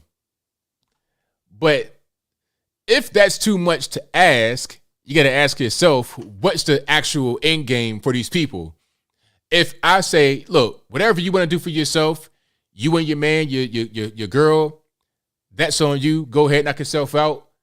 But leave the kids alone. If they can't do that, then what are we talking about? It's not even about LGBT. It's about something else. That's really what's going on. Oh, and to bring a little levity to the situation without being so heavy, here's a picture for you guys. And you tell me, is he missing? Does he have everything covered? Are all the bases covered here, or is there something missing? Y'all let me know. Okay. Okay, so what we have here, we have a mask, an N95 mask, a ball cap that says "I can't breathe" on the front, a Black Lives Matter cutoff T-shirt, a hammer and sickle tattoo, other random unfinished stencil type tattoos, one big, I'm not sure what that says, umbrella. I don't know what that says right there. New York Times, Washington Post, newspaper. I don't know. Cargo shorts. What's in that pocket? Who knows? LGBT flip-flops. I see all the colors. I see the black and the browns, the white, the trans. That could be Ukraine colors right there. I see everything right there. So what is he missing? Does he have anything that he's missing, or does he have everything covered? Sharpie tattoos, a Ukraine flag. He needs a Ukraine flag for sure. The pride flag right there on the shoes. A swastika. There you go. Good one. He needs a swastika, and then he'll be good. Okay. One big unisex. Is that what that says? One big unisex. Blicky in the pocket. He's sliding for BLM. There you go. Yeah, that's what's going on. So, okay, where is he located? Is this Freata, Washington? San Fran? Where is this neighborhood at? That sign right there says Ann Nolan. I'm not sure who that is. It's a little sign right there that says AnnNolan.com. I'm not sure where that is. So where is he at? And he's I hate Trump tattoo. That'd be a nice touch to it. Okay. Hold on. Adapt 2030 says he even has wheat on his arm covering the inbound shortages. And that's 100% correct because of the whole Ukraine conflict. Be having the wheat shortage. That is right. Purple hair under his hat. Is that Kensington Avenue of Philly? Rachel Levine, Portland. Yeah, it could probably Portland. That kind of seems like Portland right there. Yeah, upside down American flag. Everybody says Portland. That it makes sense. Yeah, I could definitely see the Portland element going on here. See a little bit of joke paraphernalia under the park bench. It's like a one of those soda can plastic pieces that goes on top. Little 6-pack soda can or a beer can. Some cigarette butts, possibly some other joke paraphernalia up under there. All right. But yeah, shout out to him, whoever he is. Sir, I don't know what you're going through, but you got a whole lot going on. And I put it to you like that. Super chat on deck. I'm going to get to those right quick, and then I'll get to the calls. The number to call is 434-658-1220. Again, 434-658-1220 in just one moment. Super chats first, and then we get to the calls. And if you like what you're hearing so far, please give the video a thumbs up, like the video, share the video, do all that good stuff. That'll help me out tremendously. And all right, let's go over here where they are and get cracking. We got quite a few things on deck for tonight. Let me make sure I'm doing the right thing here. Oh, if not subscribed to the channel yet, please subscribe to the channel. That'll help me out a whole lot as well. Because you could have been subscribed and got unsubscribed without your knowledge. So go ahead and subscribe to the channel for free. That'll help me out a lot. So where are we at right here? Thank you to Apu, who says, happy birthday, ABL, favorite cake, happy birthday dinner. So yeah, I'll be 20, not 20. I ain't been 20 in a long time. I'll be 38 on the 22nd. So that's next Thursday, pardon me. My favorite cake,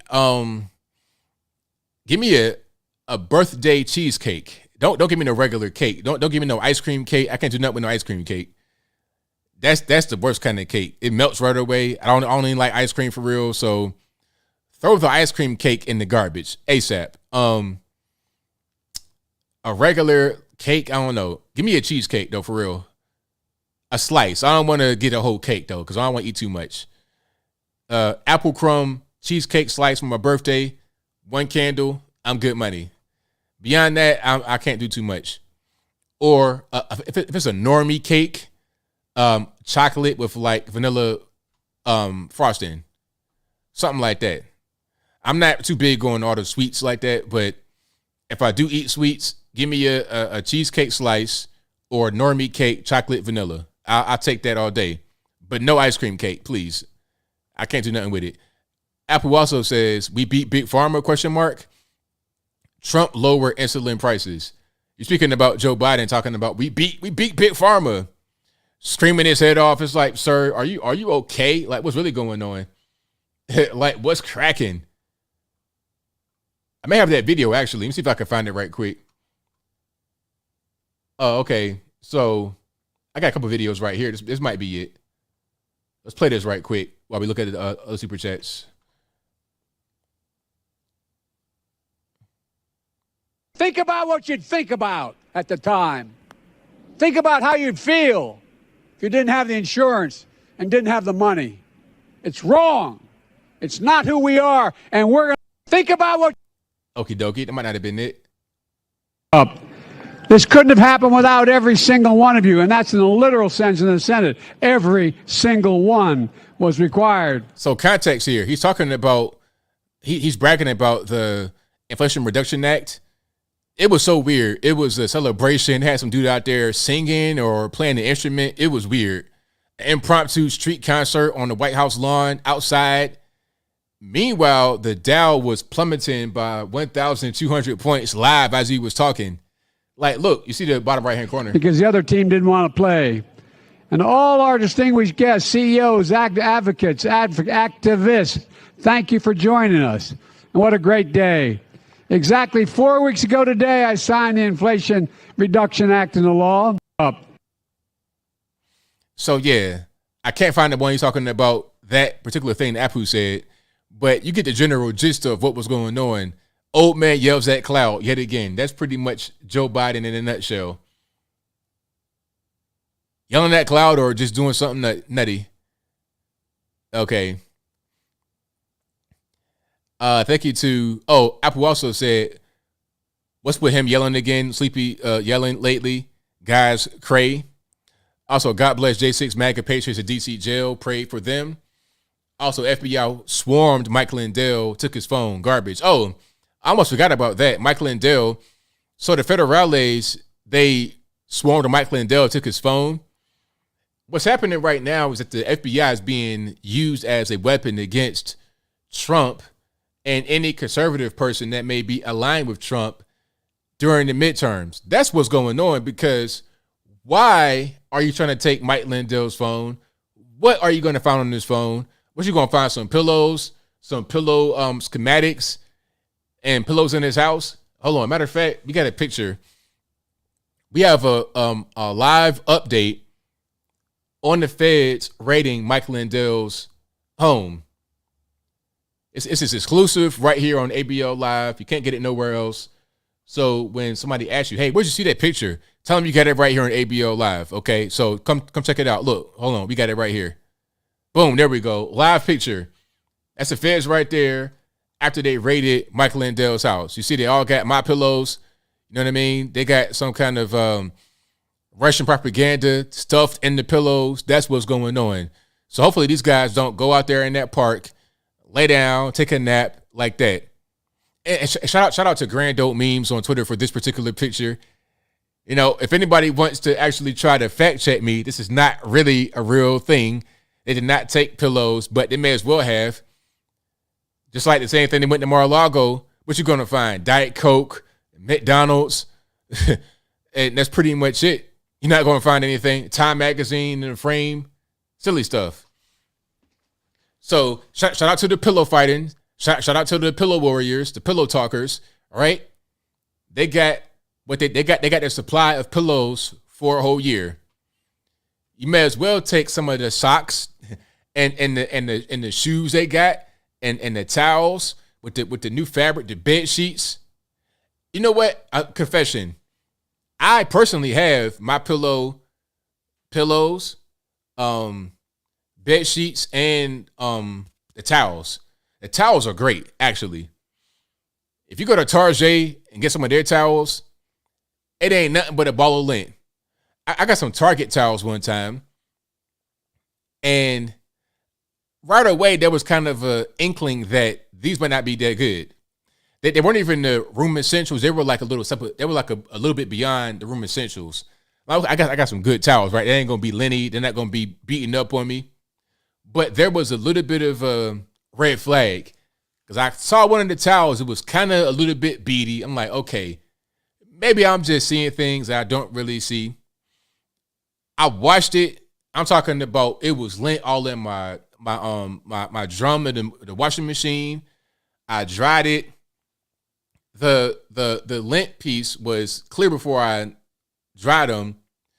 After I dried it, it was completely full. It was a big ball of lint. I'm talking about a basketball worth of lint on those sheets.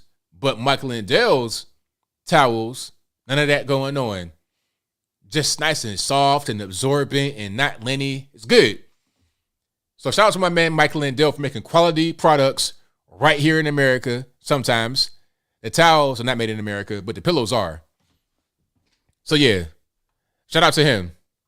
And shout out to the federales for swarming him. What are you going to find, though? They're not going to find anything. And I don't really blame the agents themselves. I blame leadership. They're being used right now because of the midterms. That's the only reason. And I told y'all right before the midterms, it was going to get crazy. And I didn't lie. How much crazier can you get than rating the pillow guy? Who are you going to rate next? Ronald McDonald? You're going to rate the Buc-ee's mascot? Who else you going to rate? You're going to raid some local theme parks, visitor center. It's so stupid. But anyway, I digress. I'm getting triggered again. Apple also says deep state federales repent of your corruption. Also, George Floyd and Breonna Taylor are heroes, but nobody knows Tony Temple or Eliza Fletcher nor Allison Parker. Such evil, but God will send justice. Are the community stoked for the election? How are you going to vote? Most of the community does not vote in the midterms. They vote for the president because that's all they know. A lot of normies are like that beyond the community as well, unfortunately. ABL favorite pizza: Domino's, Pizza Hut, Little Caesars, Papa John's. What kind of toppings do you get? What kind of side orders do you get? How often eat? I eat pizza like maybe once or twice a month. I've not had pizza in quite a while, actually.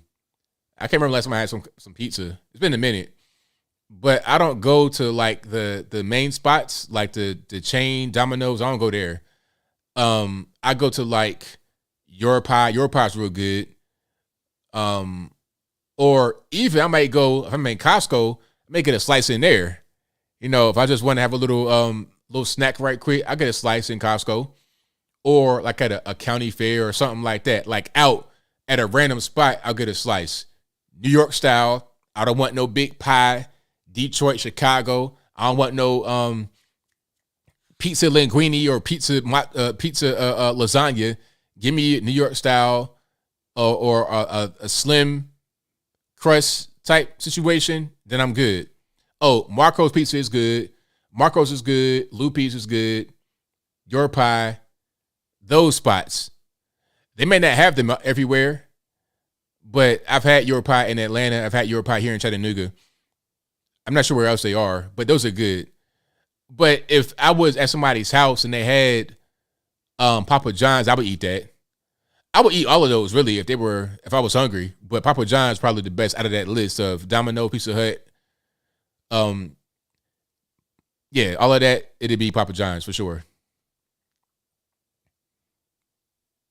Yeah, but definitely the Italian style. That's how you got to do it. Red Baron. I've not had Red Baron in a long time. That's a frozen pizza, right? But back then I used to eat DiGiorno back in the day when I was like 15, 16. Oh, man. I give me a whole DiGiorno pizza to myself and punish it. But remember, at 15, I'm like 6 foot tall and 240 pounds. I was a grown boy. I was a grown boy. So I get a whole DiGiorno and eat that to the face. No problem. And go outside, play basketball right afterwards. Right after, play basketball.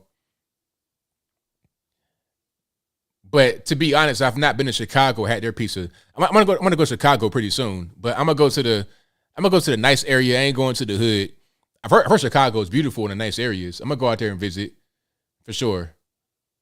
Yeah, I definitely want to go there. I've been to quite a few cities. I ain't not been to Chicago yet.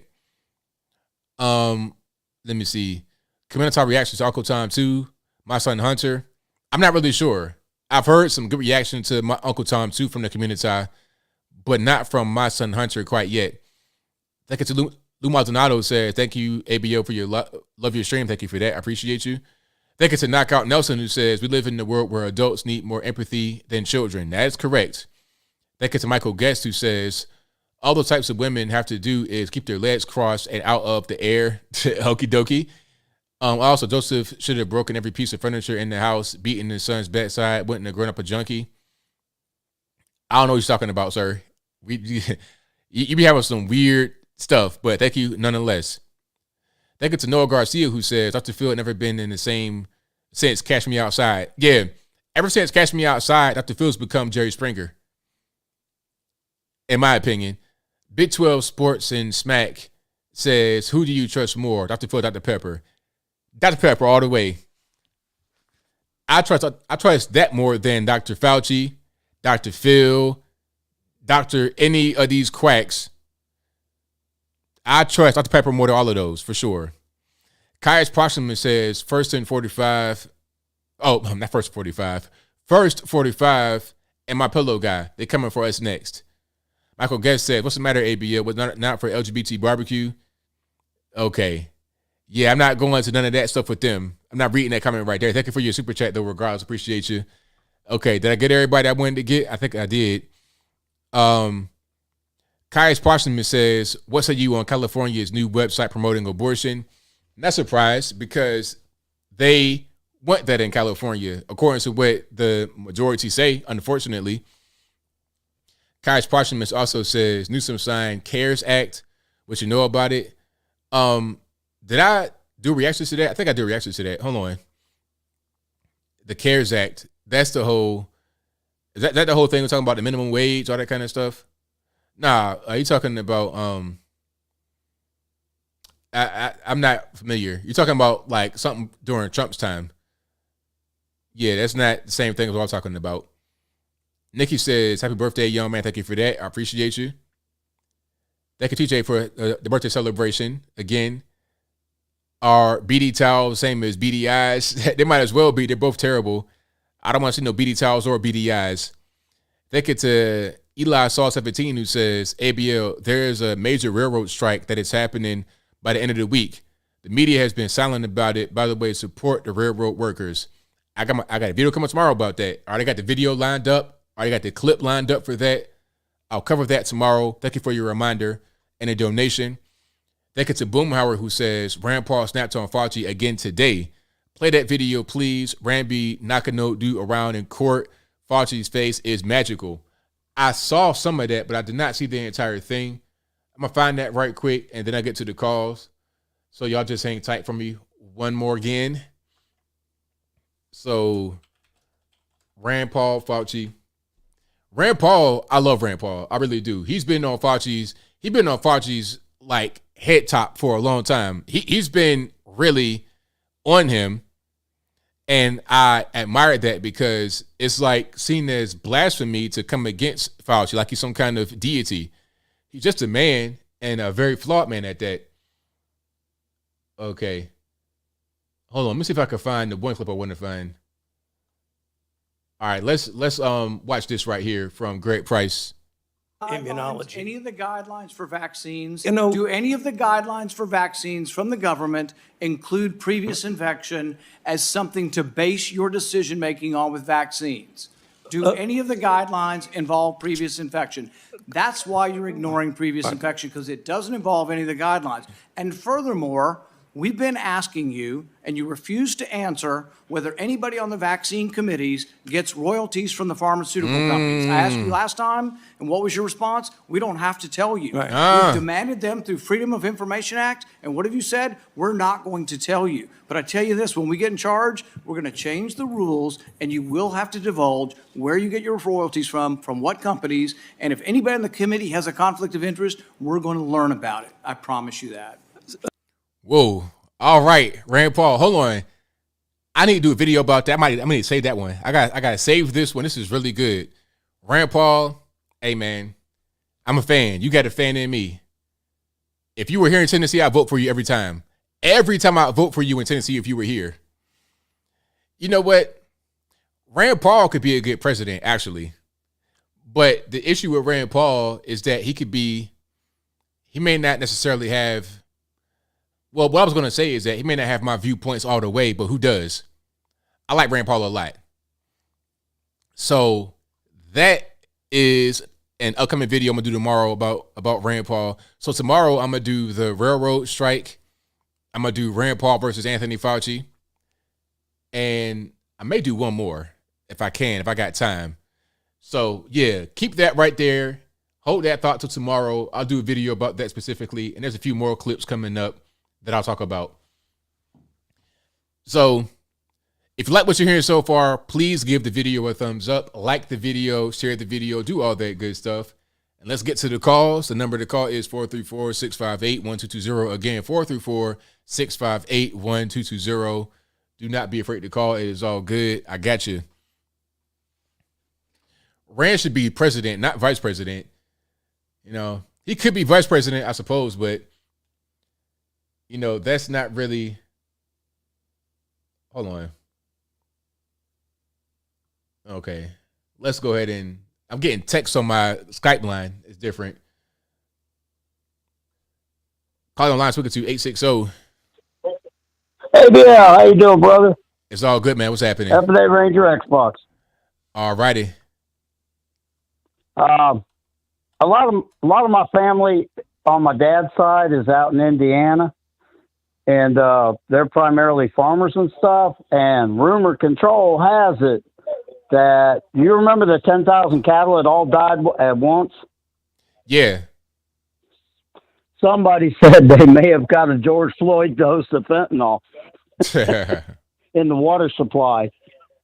Hey, you never know, man. Things happen. I'm just throwing it out there because there's tons of fentanyl coming into this country. And there are almost 200,000 Americans that died from overdoses. But they got enough fentanyl to kill us all over 5 times. And they promised us food shortages. Joe Biden, shortly after he was sworn in, he promised us food shortages. But I cheat on you with the black conservative perspective and B. Tatum and Jericho Green. But you're still my favorite. But getting onto the black Ariel, it just ain't right. I mean, that, they scream cultural appropriation when a couple of white women out in California make burritos, and they happen to be really good burritos. Even the Mexican people or Chicanos loved the burritos that they were making. But no, they had to shut down and out of business. And she's a beautiful girl. If my son ever brought something home to look like that, I'll say, dang, son, you're punching up. Definitely flying out of your weight class there, boy. Right. And she's got a beautiful voice. But there are so many African mermaid stories that they possibly could have done instead of a Hans Christian Andersen from, the Netherlands story, because they scream about cultural appropriation all the time. But the America I grew up in was a melting pot. I wasn't appropriating culture when I enjoyed eating at a Mexican restaurant. It's part of, we're Heinz 57. We're a little bit of everything, We're Americans. I mean, shoot. Oh, man. These people, they're just screwy. And I tried to send you a super chat, and it wouldn't go through. And I didn't think there was anything wrong with what I said. I mean, if you know who George Floyd is, but you don't know who Thomas Sowell is, you might be a brain slave to the Democrats. That's right. 100% correct. Well, I didn't think it was that bad. And YouTube was weird like that. I'm going to close. Oh, go ahead, sir.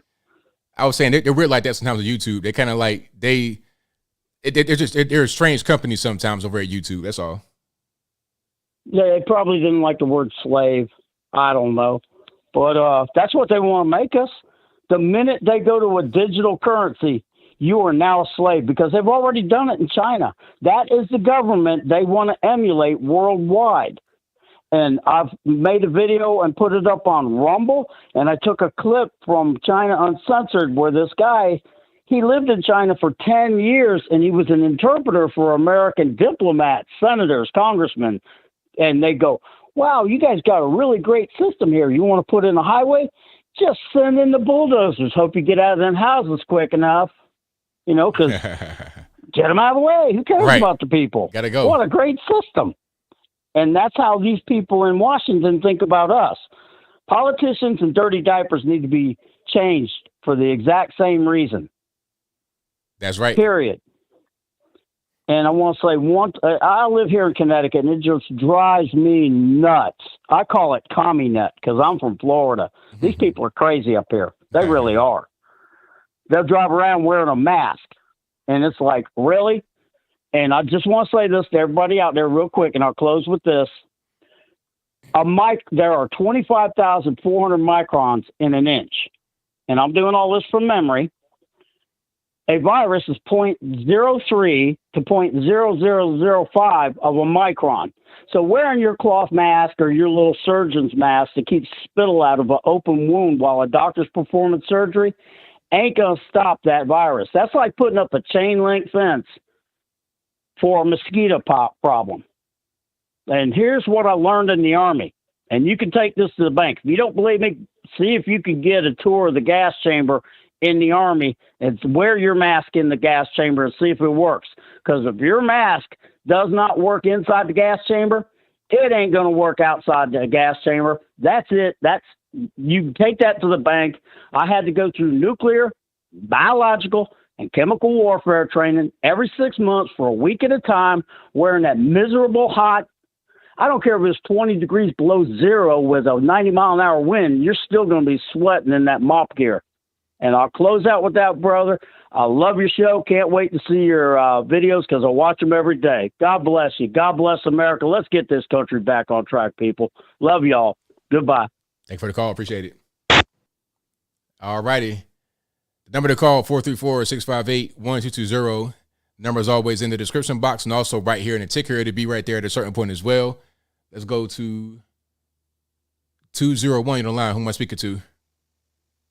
Peace, ABL. It's Foster the Prankster, formerly of New Jersey. How you doing tonight, my man?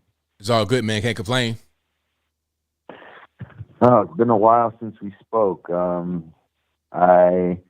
I said, I think I informed you I had moved down south. And ever since I came down, I've been watching the show on random days because I'm just out enjoying my life, man. And it feels so good to be somewhere that feels free again. And so I've just been soaking it up and spending a lot of time on the porch enjoying this beautiful weather. No doubt. I wanted to just chime in on a couple of things. I think it's interesting the Pfizer ad that you were playing earlier, talking about, why are we going back to talking about masks and blah blah blah. And it's funny because from everything that's going on, there's been a trauma programming, and so the mask is a way of reminding people, that it's still not over until they say it is. And the thing about trauma is that a lot of times you don't know it while it's happening. Sometimes it takes years. Like this happens with, unfortunately, rape victims. Sometimes it takes years for people to admit to themselves that they were raped. And that's basically what happened to basically the entire global population psychologically. People were mentally raped. And so they don't know how to feel about things. And so by putting that symbol of the mask back out there and starting to promote it again, that's all you need to trigger that fear response to get them back to that mental state that they were in back in 2020. And it just further dehumanizes people. Like, the masks in healthcare, I don't think it's ever going to go away, man, because it just further erodes the empathy between the healthcare worker and the patient psychologically. So when you hide behind a mask, it's way easier to disconnect from that job and not feel shame or remorse for, maybe giving people these shots and doing these things that, medical malpractice is a huge, it was the third largest killer in America. So it just provides this further disconnect where the healthcare industry is not about making people better. It's just about profit and medicating people. So that's just my take on that. The Meg the Stallion thing is funny, bro, because it's just so typical of like this watered down, like commoditized version of hip hop that we have. Meg the Stallion gonna talk about men are always talking about their sexuality, and so I could do that, and coming from a woman is gonna sound fire. As if Lil Kim and Nicki and Cardi and all these people don't exist. Like that hasn't been the template for the token female rapper on the scene for the past 25 years. Like it's some sort of like empowerment, like she's original and just thought this up. Like it's just so corny and pandering, and like, hip hop, it doesn't have any connection to the actual culture anymore. That's all it is like a vehicle for this like weird political urban outreach kind of like weird. I don't know what they're doing, but anyways, ice cream cake is trash. You're right. And if I don't speak to you before next week, man, you have a happy born day, man, and I wish you all the best, and I appreciate you. Well, thank you for your call, man. I appreciate you. All right, have a good night. All right, great call. Let's get to some more here. Let's go to. Hey, what's up? You online? I'm speaking to 817. Hey, how you doing? It's all good, man. What's happening? I want to talk about that whole credit card situation. All right, hold up. We got. Hold up. Can you hear me, Color? Yeah, I can hear you. It's a lot of noise in the background. Am I on speaker? No, I'm sorry. I'm currently at work. I apologize. If you can't hear me, I'll just call back later. Yeah, try calling back. That'll be good. All right. All right. Yeah, I don't know. Like, you might not be able to, you know what I mean? I understand. Shout out to the caller. Call back later, boss. 410, you're online. What's speaker to?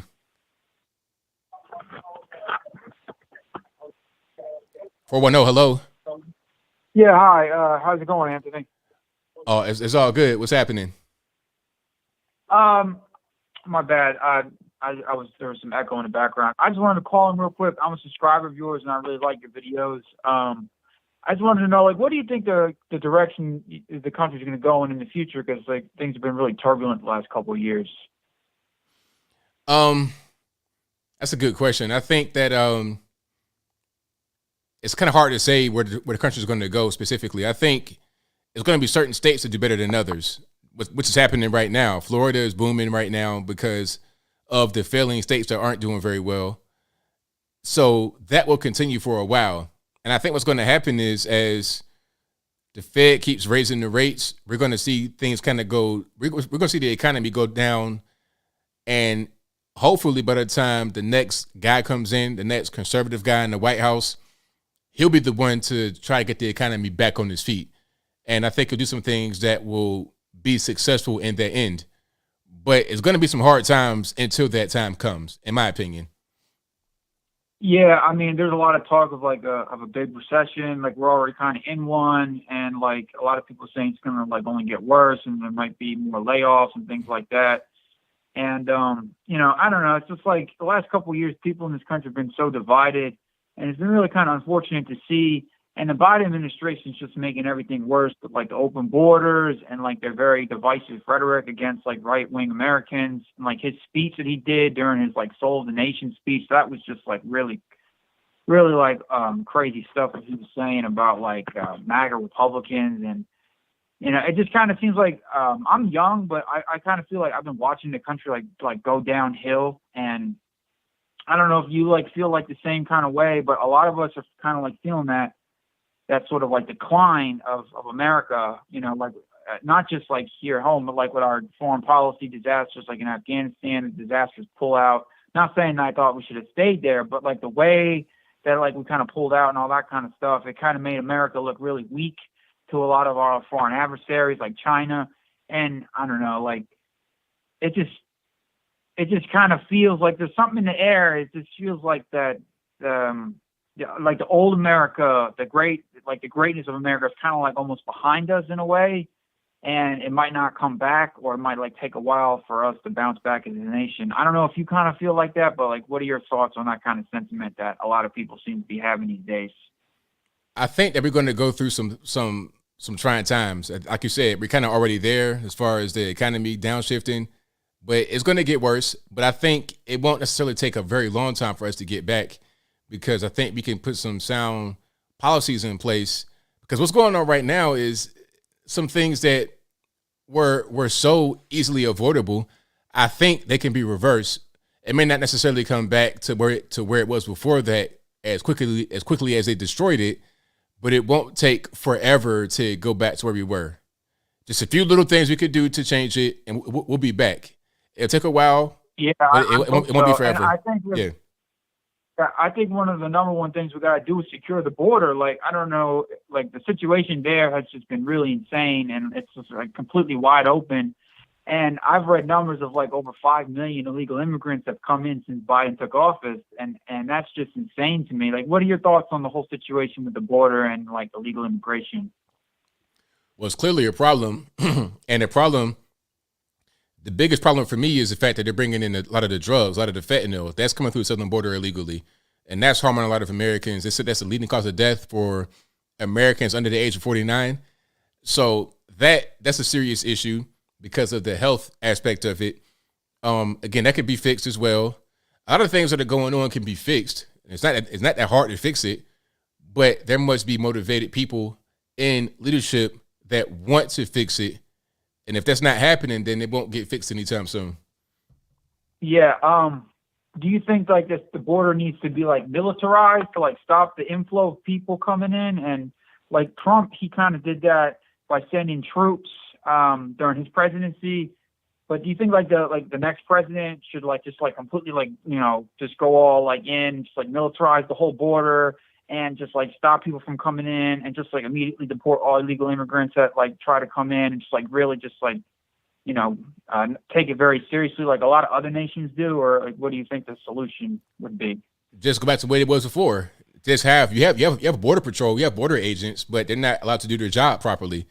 They're pretty much just ushering people over the border.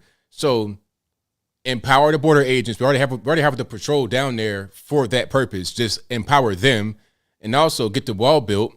We were building it, and then it's crazy because there's certain gaps where the wall was not completed, where illegal aliens are coming through all the time, and now they're saying we're going to patch up those incomplete spots in the border wall. So they know on the left the border wall works. We know it works. Build the wall up, empower the border agents. That's all you got to do. It's not hard, but it needs to be done. It can't be people in leadership that don't want to do it, because if they don't want to do it, if they have motivation or reason to not do it, then it won't get done. Yeah, man, I completely agree, and I think that's a great idea. And I definitely think we need to secure the border, build the wall, and definitely get back to making this country a good place to live again and rebuild our infrastructure and all that kind of stuff. I think I'll leave on that. And thanks for your videos, man. I appreciate what you got to say, and thanks for letting me call in. Thank you for the call, man. Appreciate you. All right, have a good night. All right, shout out to the caller. Yeah, get that border wall built and empower the border agents. They already have an agency for that purpose. Let's let them do their job. 561 on the line. Who am I speaking to? ABL. Yes, sir. Hi. Can you hear me? I heard you well. Hi, ABL. It's Ron from Florida, not the governor. Great to talk to you. Couple things. But first of all, when when the guy who was doing that shooting in Memphis, and you were translating the guy what he was saying, I couldn't understand a word he was saying. It reminded me of Sanford and Son. I don't know if you've ever seen that, where the cop is, the white cop and the black cop, and they're translating for each other in Sanford and Son. If you ever watched that, that's a little. I've never seen that episode, but I've seen a few of them, and I've not seen that one though. Well, just the idea is that they were, Lamont and Fred were talking a different language than the white officer, and so they needed translating the black officer right. to translate. But anyways, the reason I'm calling is, a couple things. But the first thing is, with this whole snowflake mentality of young people, and this whole BYU racial hoax and Duke. So I want to just tell you an interesting story. So this was probably in 1975, 76. I was 9 or 10 years old. I was on a little league team, and I'm Jewish, and I was friends with one of my teammates, and one of them, her mother was a German, and I mean, she had a thick accent. I was 10 at the time. She was probably 40.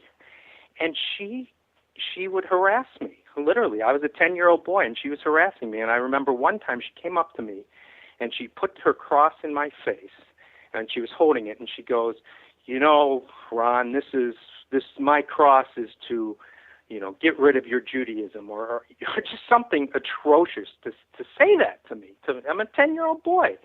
And, now I look back at it, I'd say, what, you want 6 million wasn't enough murders? I mean, what, you want one more murder? It's just and I bring up that story because,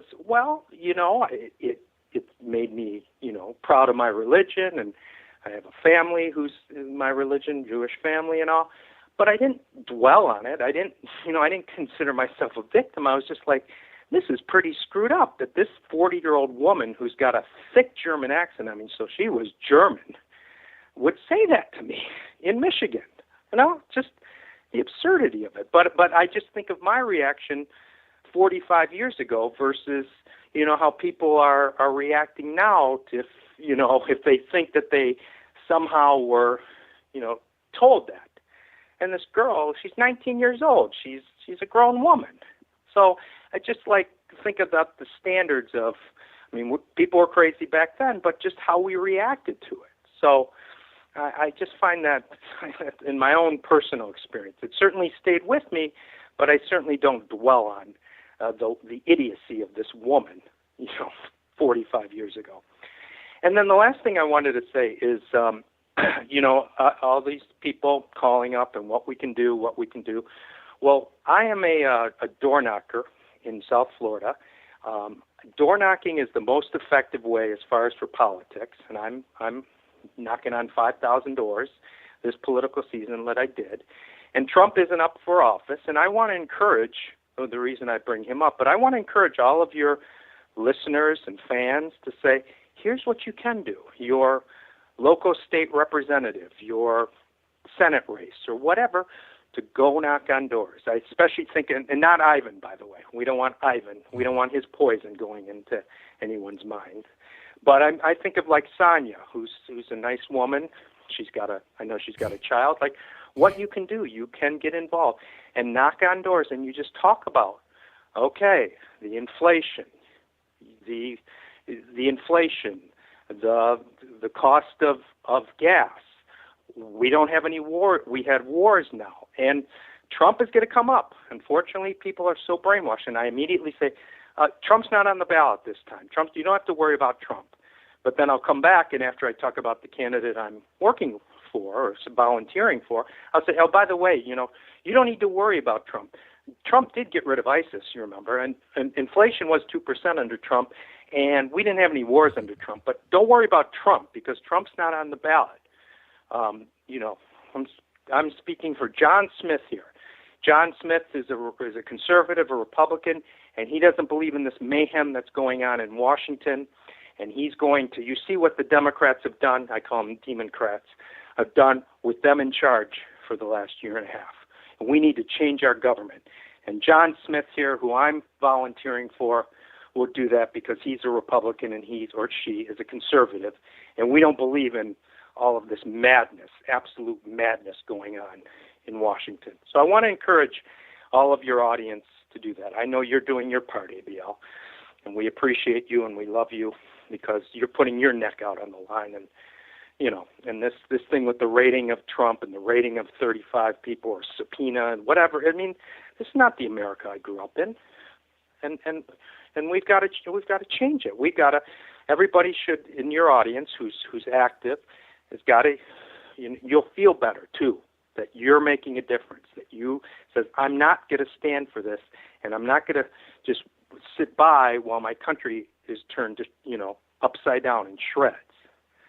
So I just want to encourage all of your fans and listeners to do that. And you got 60 days, and go for it. It'll make you feel better. You're making a difference, and it will make a difference. So thank you so much, ABL. Appreciate you. Keep up the good work. I still want you to write that book, and I want to know when you're coming to South Florida so I can shake your hand personally. You and maybe Candace, and I just love to meet you and thank you for all the great work that you do. I'll talk to you soon. Thank you for your call. Appreciate it. All right, great call. And the phone lines are blowing up. Y'all please be a little patient. Let's go to, wow, hold on. Y'all give me a second. All righty, caller 479, you're online. Speaker 2, 479. Yes, hi. This is Andrew Stockton from Arkansas. All righty. What's going on? How are you today? I'm well. Can't complain. Oh, that's great. I have a little discrepancy on that statistic that was told earlier about 75% of the shooters are supposedly legal purchasers of guns. Yes. That has got to be the most fakest statistic I've ever heard. I mean, if you look at all of the primary shootings, like the Uvalde one, that guy wasn't allowed to have a gun.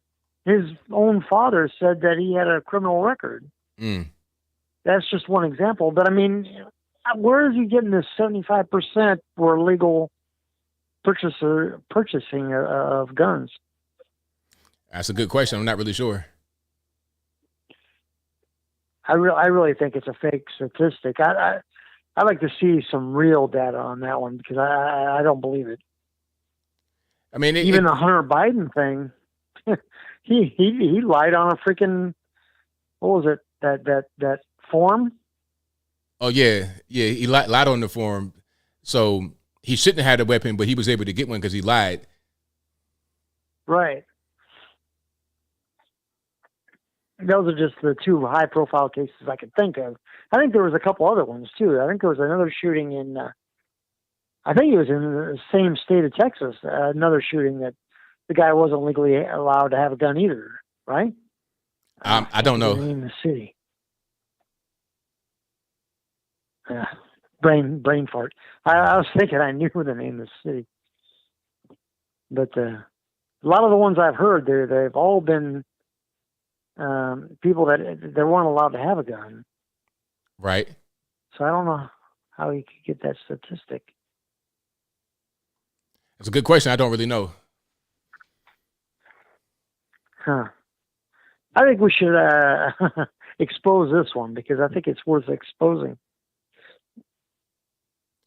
Well, if we can get some Especially information, if we can get some facts and figures on the table, then we can definitely talk about it. Because they're talking about another right that they're trying to take away from us. The Second Amendment, using our purchasing ability. Right. I agree with you on the getting rid of cash. That is a bad thing. I've always been opposed to credit cards myself. I always use cash, but I do have credit cards. But right, probably wouldn't have been able to buy a house if I hadn't have had them. Right on. Well, thank you for your call, man. Definitely appreciate you. Yeah. Thanks for throwing that out there, though. Oh, no doubt. Absolutely. And you have a good one. Same to you. All right. Shout out to the call. Let's get to some more here. Let's go to 773 on the line. We're speaking to. ABL, it's your retired Chicago police officer friend. How you doing? It's all good. How about yourself? Good. ABL, I love that video where the guy questions all those young people on the street. I don't know how you could be against MAGA country if you have to ask the question, what's a country again? I mean, we're against MAGA country, but I'm not sure what a country is. Anyway, the reason I really wanted to call you, ABL, was the rapper PnB shooting. I thought you were right on the money with your analysis. Here's the thing. If you're in the wrong part of town and you got all kind of jewelry on, you have, expensive watches on or expensive watch, someone in that restaurant, since the restaurant is smack dab in the middle of the ghetto, someone in that restaurant is going to see you. They're going to walk out. They're going to tell their boys because that's what criminals do. Criminals don't usually have a plan of what to do. They do it on the spot. They're always going to be criminals. They're criminals 24/7. So they're always on the make. They don't know who their victim's going to be. They're looking for a victim. And I think you were right on the money with that. And that's the way, the police department, that's the way we work, is we're going to look at video, in that restaurant, and we're going to try to see who's in there and who came in afterwards, who walked out, who came back in, those kind of things. Maybe, it always helps when you have somebody that wants to give you a little bit of information, to give you a clue. But that's the way many of these crimes are solved. And let me tell this to the listeners too. And you've said this before. Ignore that phone. You've said this before that the best show on television, as far as police shows go, and it's not a show, it's more of a documentary, is The First 48. I love that show because it shows how police work is done. The First 48. You have a dead guy on the street and no clues. Then you start working it. You knock on doors. You talk to people. You get information. You look at video. These guys are not geniuses. A lot of times that's the way these crimes are solved, is one step at a time. And if you notice in that First 48, a lot of times it says 3 months have passed. You know, some things get solved right away and some things don't. I remember I was, I told you before, I worked in a narcotics car, where you wear blue jeans. And, you just wear blue jeans and drive around in an unmarked car, but everybody knows who you are. I was detailed to the detectives. And what the detectives had said once before to me was, we want to get all the information that we can before we arrest the guy. Most of these criminals are not going to move to Brazil. They're still going to be in the same neighborhood where they live. If you arrest somebody for murder too quickly, you're going to lose your case because you only have so long to make your case to the state's attorney, and you have to have all your ducks in a row. So what you want to do is you want to interview all the witnesses. You want to get all the facts together and then go look for the guy and arrest him, so that once you do arrest him, you have your case all set up. If you arrest somebody too quickly and your ducks are not in a row, you're going to lose your case. He's going to get away on a technicality, or he's just going to get away altogether. He's not going anywhere. There's time to wait to make your case against these guys. And this crime will probably be solved. But I thought it was very astute of you to figure out it wasn't probably that she took a picture of some waffles and chicken and said, we're at the waffle and chicken place. People that don't understand how police work works and understand how criminals do their job, they think, look at the girl gave him up. No, he gave himself up by wearing all that stuff in the wrong place. Once you have you attained all that wealth, you can't go back to the hood with all that wealth. You just, it's dangerous for you. So anyway, that's all I wanted to say, ABL. And always a great job, and I'll talk to you later. Thank you for the call. Appreciate it. Thank you, ABL. That's a great call. And what he said toward the end, you cannot go back to the hood with all that stuff on. You can't. And the thing about it was the guy that got killed wasn't even from there. He was from Philly out there in L.A. as a tourist in the ghetto with a bunch of jewelry on. I mean, that is dangerous. You're in a gang-infested area. There's 5 different gangs in the area, Hoovers, Bloods, and Crips. And it's like, I think it's like 2 sets of each gang. It's surrounding that particular restaurant. The Rocco's Chicken and Waffles is right there. So he was just in a bad location. And even guys that's from there can't really go around there just wearing a bunch of jewelry, flossing. Nipsey Hussle got killed by his own homie right there in his own hood. He's from LA, got killed by one of his fellow gang members. His fellow Crip killed him right there on the spot because of some words that were exchanged. So if you're just a regular person, or you're not from the hood out there with a bunch of jewelry on, no security or nothing like that, I mean, you're not safe. That's pretty much how that goes. 623 on the line. Who am I speaking to? ABL, what's up, man? Ain't too much, man. What's going on? Hold on. I just wanted to call and say something about the Dr. Phil and the expert that was on his show. Yeah. Well, I don't know, man. I think I'm gonna rock with Dr. Phil because Dr. Fauci was the science, right? He was the science. Yeah. Turned out to be false. So basically, I'm just saying, I don't think we should put science on such a high pedestal because it can constantly change. And yeah, I mean, like that just what she said was kind of ridiculous to me. Like, you can't just let somebody say something to you and then just say, well, the science says it, so it's got to be right. I don't think it should work like that.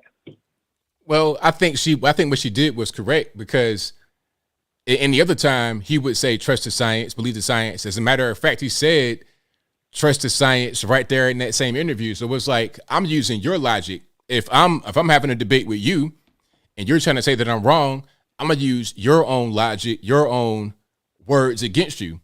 Now, if you can't, if you can't stand up to that, then it's like, okay, well, you don't believe in what you're talking about. You're telling me believe in the science, but then when I give you science, all of a sudden it changes. It can't be that way. If it's going to be that way for one part of your argument, it must be the same way for a whole argument, including my argument to you.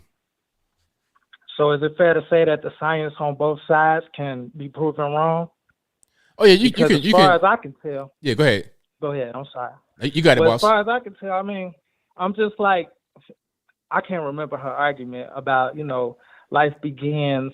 I don't remember how you put it. I was watching the show, something about the sperm and the egg, and okay, that's life. Well, how does she know? How do the experts, where she got that information? How do these people really know just because they got so-called studies? Because if you want to take it there, trees are alive too, but they cutting down the trees. I don't hear nobody complaining about we losing oxygen because they cutting down the rainforest. What about that life? Because we really don't need too many more people. And I guess I don't really have a dog in the fight. But if you got a woman that's the kind of woman that wants to get an abortion in the first place, she ain't trying to raise the kid no way. So I'm just like, well, let her do it, like in the long run. But yeah, I just wanted to comment on the Dr. Phil. I get your point though. You basically saying she was using his argument against him. Correct. In that moment, but okay, I got you. But and then I heard a call from the other guy. It was another guy. He was talking about going door to door. I'm in Arizona right now. It's a little bit too hot for that. So I guess, me and you, we in our late 30s, right? Yeah. You can run for president at 35. So once we become of age, any man that's of age to actually run for president and you care, I feel like we should just be out here trying to get it and make change that way instead of trying to change everyone else's mind. Because you see the videos on the internet when they're going around asking people some basic information and don't nobody know the answer.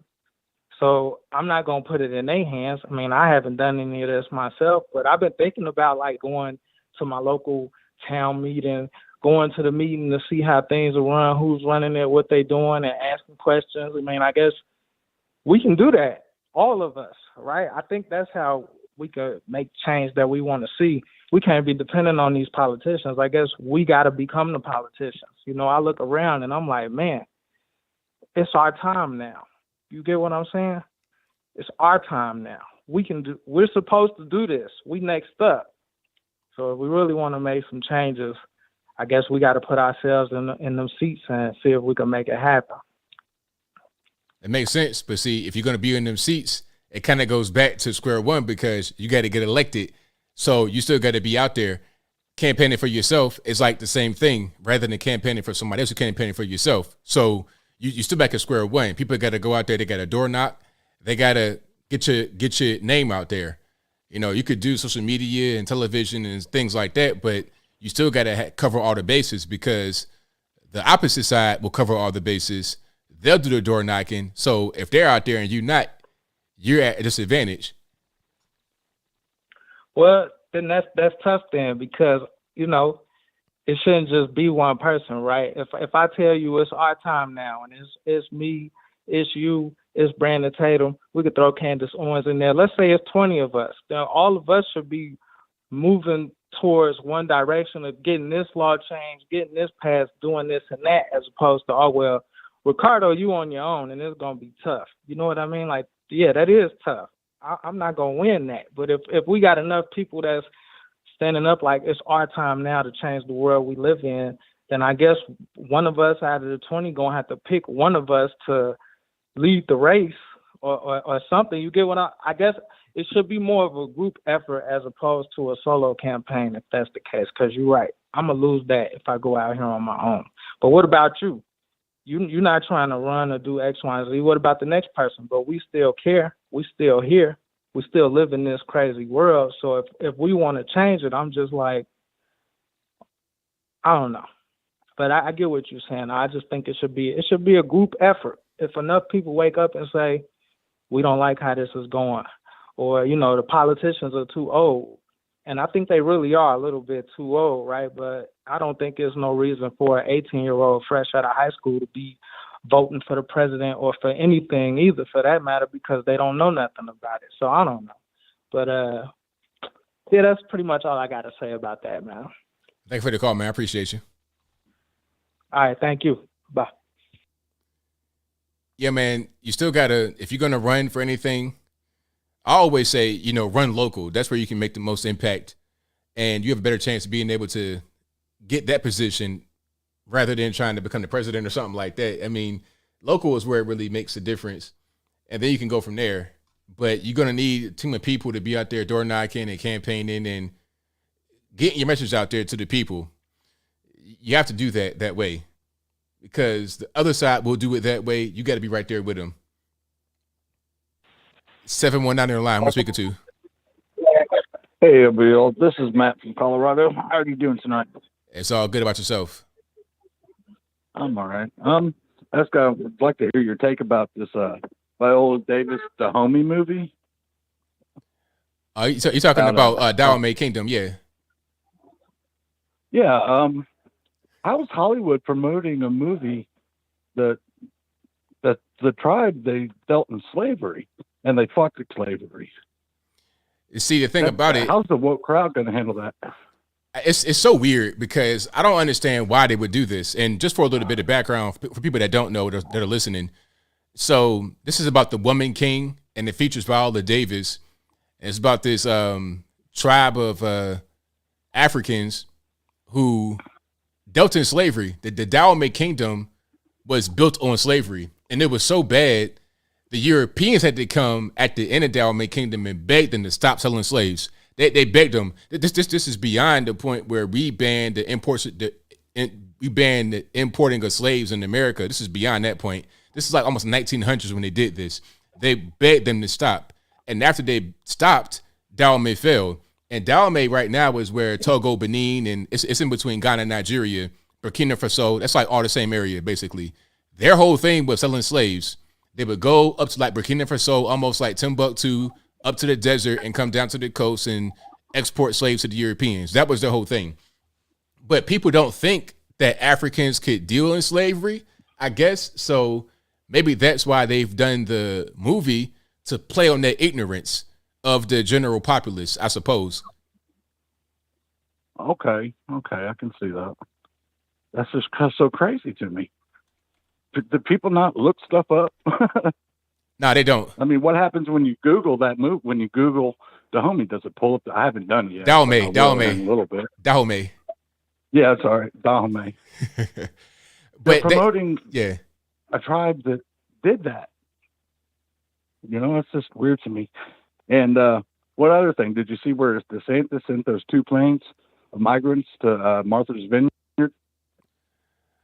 You said that one more time now? It kind of broke up a little bit. Okay, DeSantis, he sent 2 planefuls of migrants to Martha's Vineyard. Have you seen that yet? Oh, I didn't see that. It's all over Twitter and stuff. But that was just what I was going to get your really main take on, was that Dahomey. Sorry, I'm probably saying it wrong, but I was just curious how Hollywood's promoting slavery now.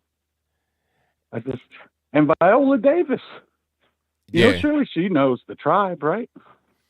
I mean, people, you'd be surprised how ignorant people are. They don't even know. They'll do a whole movie, read the script, and not even know what it's about. It's crazy. Wow. But all right, well, thanks a lot for taking my call tonight. Thank you for the call. Appreciate you. Bye. Yeah, so Dahomey Kingdom, that's right there. People just don't really understand. They don't think that Africans could deal in slavery, but they did. That's what the whole kingdom was about. It was about slavery. And people talk about Timbuktu as like, they say it, but they don't really understand what that was about. They don't understand that Timbuktu was like a point in between like West Africa and like the coast and like the Sahara Desert. So when they would move slaves from point A to point B, they can move them to Timbuktu and then go across the Sahara to like Saudi, Egypt, places like that to sell them. And that was a more brutal transport of slaves because they would walk on foot versus being on the boat. Imagine walking through the Sahara Desert on your feet. It's nuts. Okay, let's go. 619 on the line. Who am I speaking to? How you doing, sir? This is Michael. All righty. What's happening? Yes, sir. I just know. I hate to back you up. I just noticed something when you were looking at that gentleman in Portland with all his tattoos. Yeah. He has a tattoo that I keep seeing, and it's a 6-sided, like a sexagon with a 6-sided star inside of another 6-sided thing. It's 666. Oh wow. Just kind of interesting. Yeah, it's on his arm there, right next to the communist star. And anyway, it's just something I keep seeing, so I hate to back you up. Had no idea. That's crazy. Yeah, so that's interesting. And if you look, you'll probably keep seeing it. It's interesting. I just moved to Oklahoma from California, so I've seen a lot of things. But just ADD moment. I want to ask you something, sir. Have you ever accidentally made a lot of money? I think maybe I have, perhaps. Well, most people don't, right? But these politicians, it's funny how they accidentally make a lot of money, right? Like, so Obama, he hated guns, right? Yeah. He hated guns. But people bought more guns at that time than any time in the history of man. I know Democrats who bought guns because they were like, oh, this will be my last chance, And Biden, he hates the oil companies, right? But they just made more money than they ever have. You think that's a coincidence? I don't believe so. I think a lot of these things, people, it's definitely a purposeful situation right now. And with the big pharma situation, and also people like Nancy Pelosi, I just happen to sell some shares of stocks right now when I pass legislation that would make this beneficial for me to do. Yeah, it's not on accident, not at all. So there you go. Yeah, it's just and it's funny because it's almost to kind of the MO of a lot of these people that it's an inverse effect. It's exactly the opposite of what you voted for. Is what it's benefiting. It's kind of fun. Yeah, I just get tired of getting played by both sides. So. Right. That's why I don't even think they should call Trump a Republican. But I think it's a little bit insulting. But oh well. I grew up in Houston my whole life too, so I've seen that. And then I lived in California for about the last 20 years, so I have an interesting perspective on these things. Right on. But they play into some both sides, and like I say, they need to make up a new word for Trump because I'm not sure if Republican is the right one. I saw Bush and Reagan come into office, and and Reagan was against drugs, say no to drugs, right? And he sold more cocaine than anyone in the history of man. So, But I digress. Right on. So I guess that's all I had to say. I love your show, man, and I'm a little bit of a caveman. So I'll have to get on the computer and give you some likes because me and my buddy watch your show a lot. Papa Dread, my friend Papa Dread, calls you quite a bit too. He keeps up with you a lot. Thank you for the call, man. I definitely appreciate you. Hey, thank you. Love you. Bye. All right, shout out to the caller. 304 on the line. Who am I speaking to? It's Jeff from West Virginia. How you doing, ABL? It's all good, man. How about yourself? Hey, where'd you get that picture of me? My friends weren't supposed to put that online. What picture is that? The Black Lives Matter shirt, the communist tattoo. Oh, that was you? Yeah, oh, man. I had no idea. Yeah, I lost a bet this weekend. I thought Cincinnati could beat Pittsburgh. Don't gamble, kids. All right. How you doing tonight? Oh, it's all good, man. Can't complain. Hey, I was going to say, last week you had a caller call in, and she was asking about where Black Wall Street was and stuff, and you could tell she was kind of nervous, because, the whole she was white and you were black thing. And, man, and you were like, oh, black people will gather at hotels or wherever they want. You got to be careful, man. You'll get a white people riot started. You'll get them all nervous saying things like that. You got to tell them Black Wall Street's in Wakanda. Oh, is that right? Okay. I'll remember that next time. Grambling State University, Wakanda. ABL live from Wakanda. You don't want to get a white people riot started. You know how that goes. They clear out everything in the Walmart except for the washcloths. Of course not. Right. Leaving them right there. Hey, what would you say about Lindsey Graham? He's just weird. Yeah, he is. He is a little iffy. He's the kind of Southern man that he carries walking petunias when he takes a stroll, if you know what I mean. There you go. Right. Yeah, all right, man. I'm gonna cut it kind of short tonight. I just thought I'd call and laugh with you for a few minutes, but anyways, it's been a good show, and I appreciate everybody else listening. But have a good evening, bud. I thank you for the call, man. I appreciate you. Bye, bud. All right, great call. Let's get to some more here. Let's go 773 on the line. What speaker to? Hey, ABL. Listen to ABL. I kind of really don't get what's up with modern women and Meg the Stallion and WAP, or as I like to call her, Megan with the third leg, because let's face it, that's pretty much classless. And if you've seen this new rap video that Jason Whitlock had on his show, forgot who the rapper was, but she's actually pretty demonic and pretty much talking about killing babies with no daddy. Yeah, it's pretty rough. Mm-hmm. Anyway, wait. If you ever do check out Jason Whitlock's show on the violence in the Black community, please do, because this is one of these huge topics that we do need to have a discussion about. And let's face it, there's pretty much some evil racism, especially coming from the left and the Black community, which they're never going to talk about.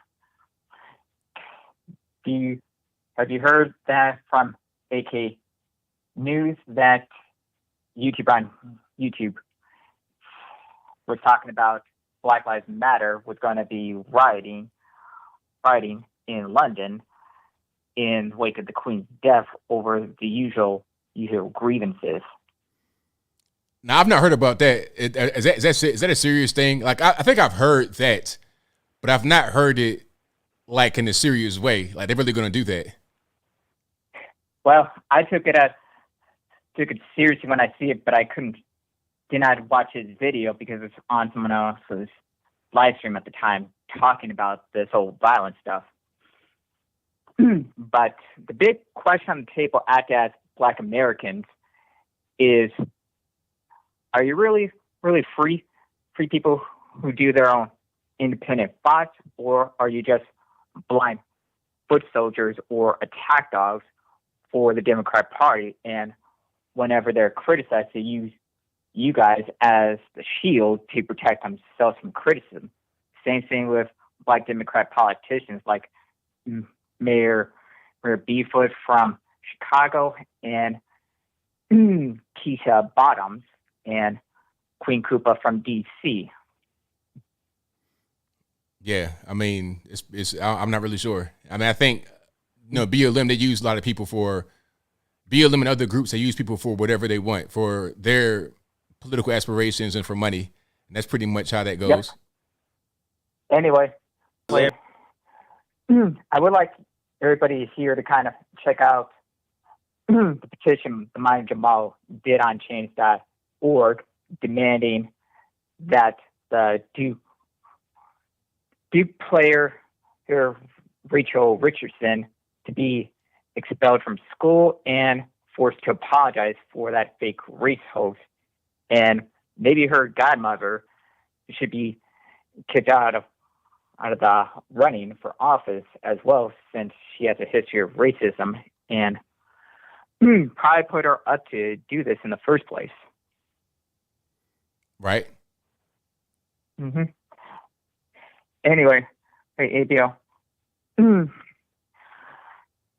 I really do hope the Black community one of these days kind of recognize that they're pretty much just being used as nothing but pawns and foot soldiers for the Democrat Party, and to them, they're just expendable. Yeah, hopefully so. Hopefully people wake up and see what's going on, and that'd be fantastic. I love to see it myself. Yep. Yeah.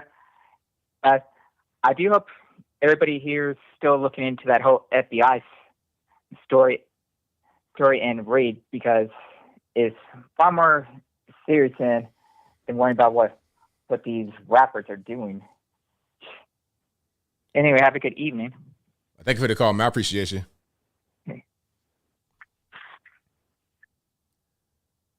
All right, let's go to 903 on the line. Who am I speaking to? Darwin from Texas. All righty, what's going on? Hey, man, first time got in. Love your show. Got to tell you, I'm about 62 years old now. I'm retired. And back when I was working all the time, there's a lot of stuff we don't see on the news, right?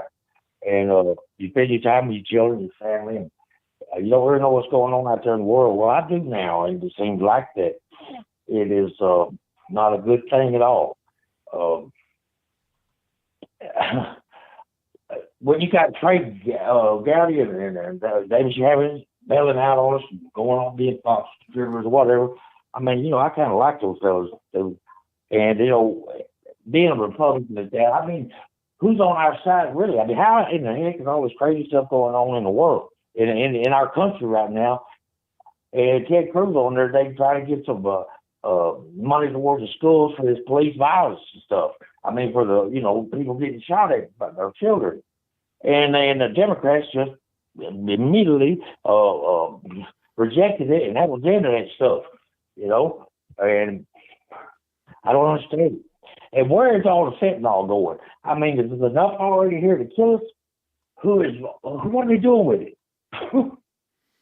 It's everywhere. It's out in the wild. It's out in the streets. People are using it. They're dying from it. It's everywhere, unfortunately.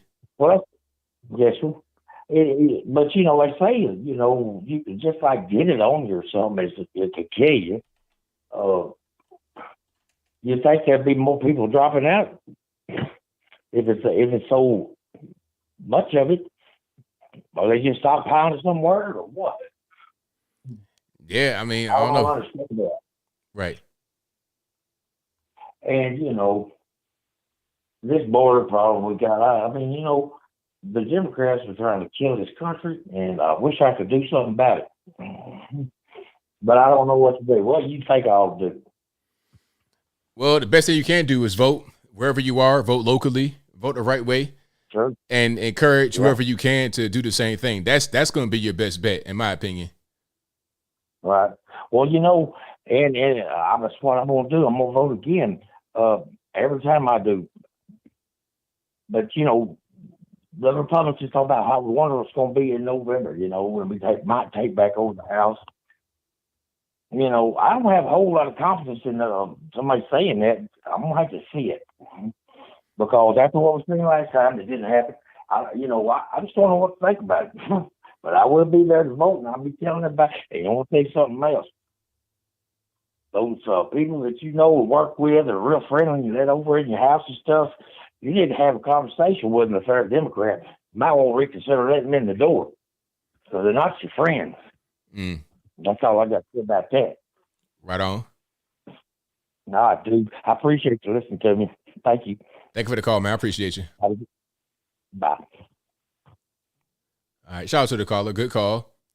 And you guys are the best audience anywhere on the internet. So if you enjoy what you're hearing so far, please give the video a thumbs up, like the video, share the video, do all that good stuff. That'll help me out tremendously. All righty, let's go. 720, you're on line. Who am I speaking to? Hey, this is Patriot 1775. Give me just a moment to cut my TV down. All righty. I am quite honored to speak with you, sir. A couple things. I'll be short and whatnot. I think one of the major things that we in America are failing to do is see the larger picture. We talk about voting and history and all these other things that are of great import to people who are knowledgeable of them. But our population has become a population that can barely read in the first place. So how are we expected to have these future generations to know history in the first place, to be able to see the things that we are facing in order to make correct course adjustments to avoid them in the future? Also, local sustainability and local protection, being able to provide for those that are in your circles. If we draw enough circles around ourselves and with each other, we could achieve a great amount of protection for the masses. Great talking with you, sir. Thank you for the call. Appreciate you. Yes, sir. A lot of good calls tonight. You guys are fantastic. 100%. Absolutely. Loving the calls. All right. I'll read some of you guys' comments right here. The number to call, 434-658-1220. I got a few more minutes left. I think a couple more calls maybe. But I'm going to read some of you.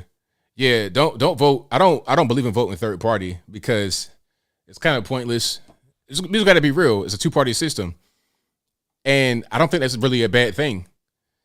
Because when you have a bunch of different parties, your vote just gets further and further diluted, and the average person is not really going to make necessarily a super informed decision about who they're voting for. They're going to be able to vote left, right. It's pretty.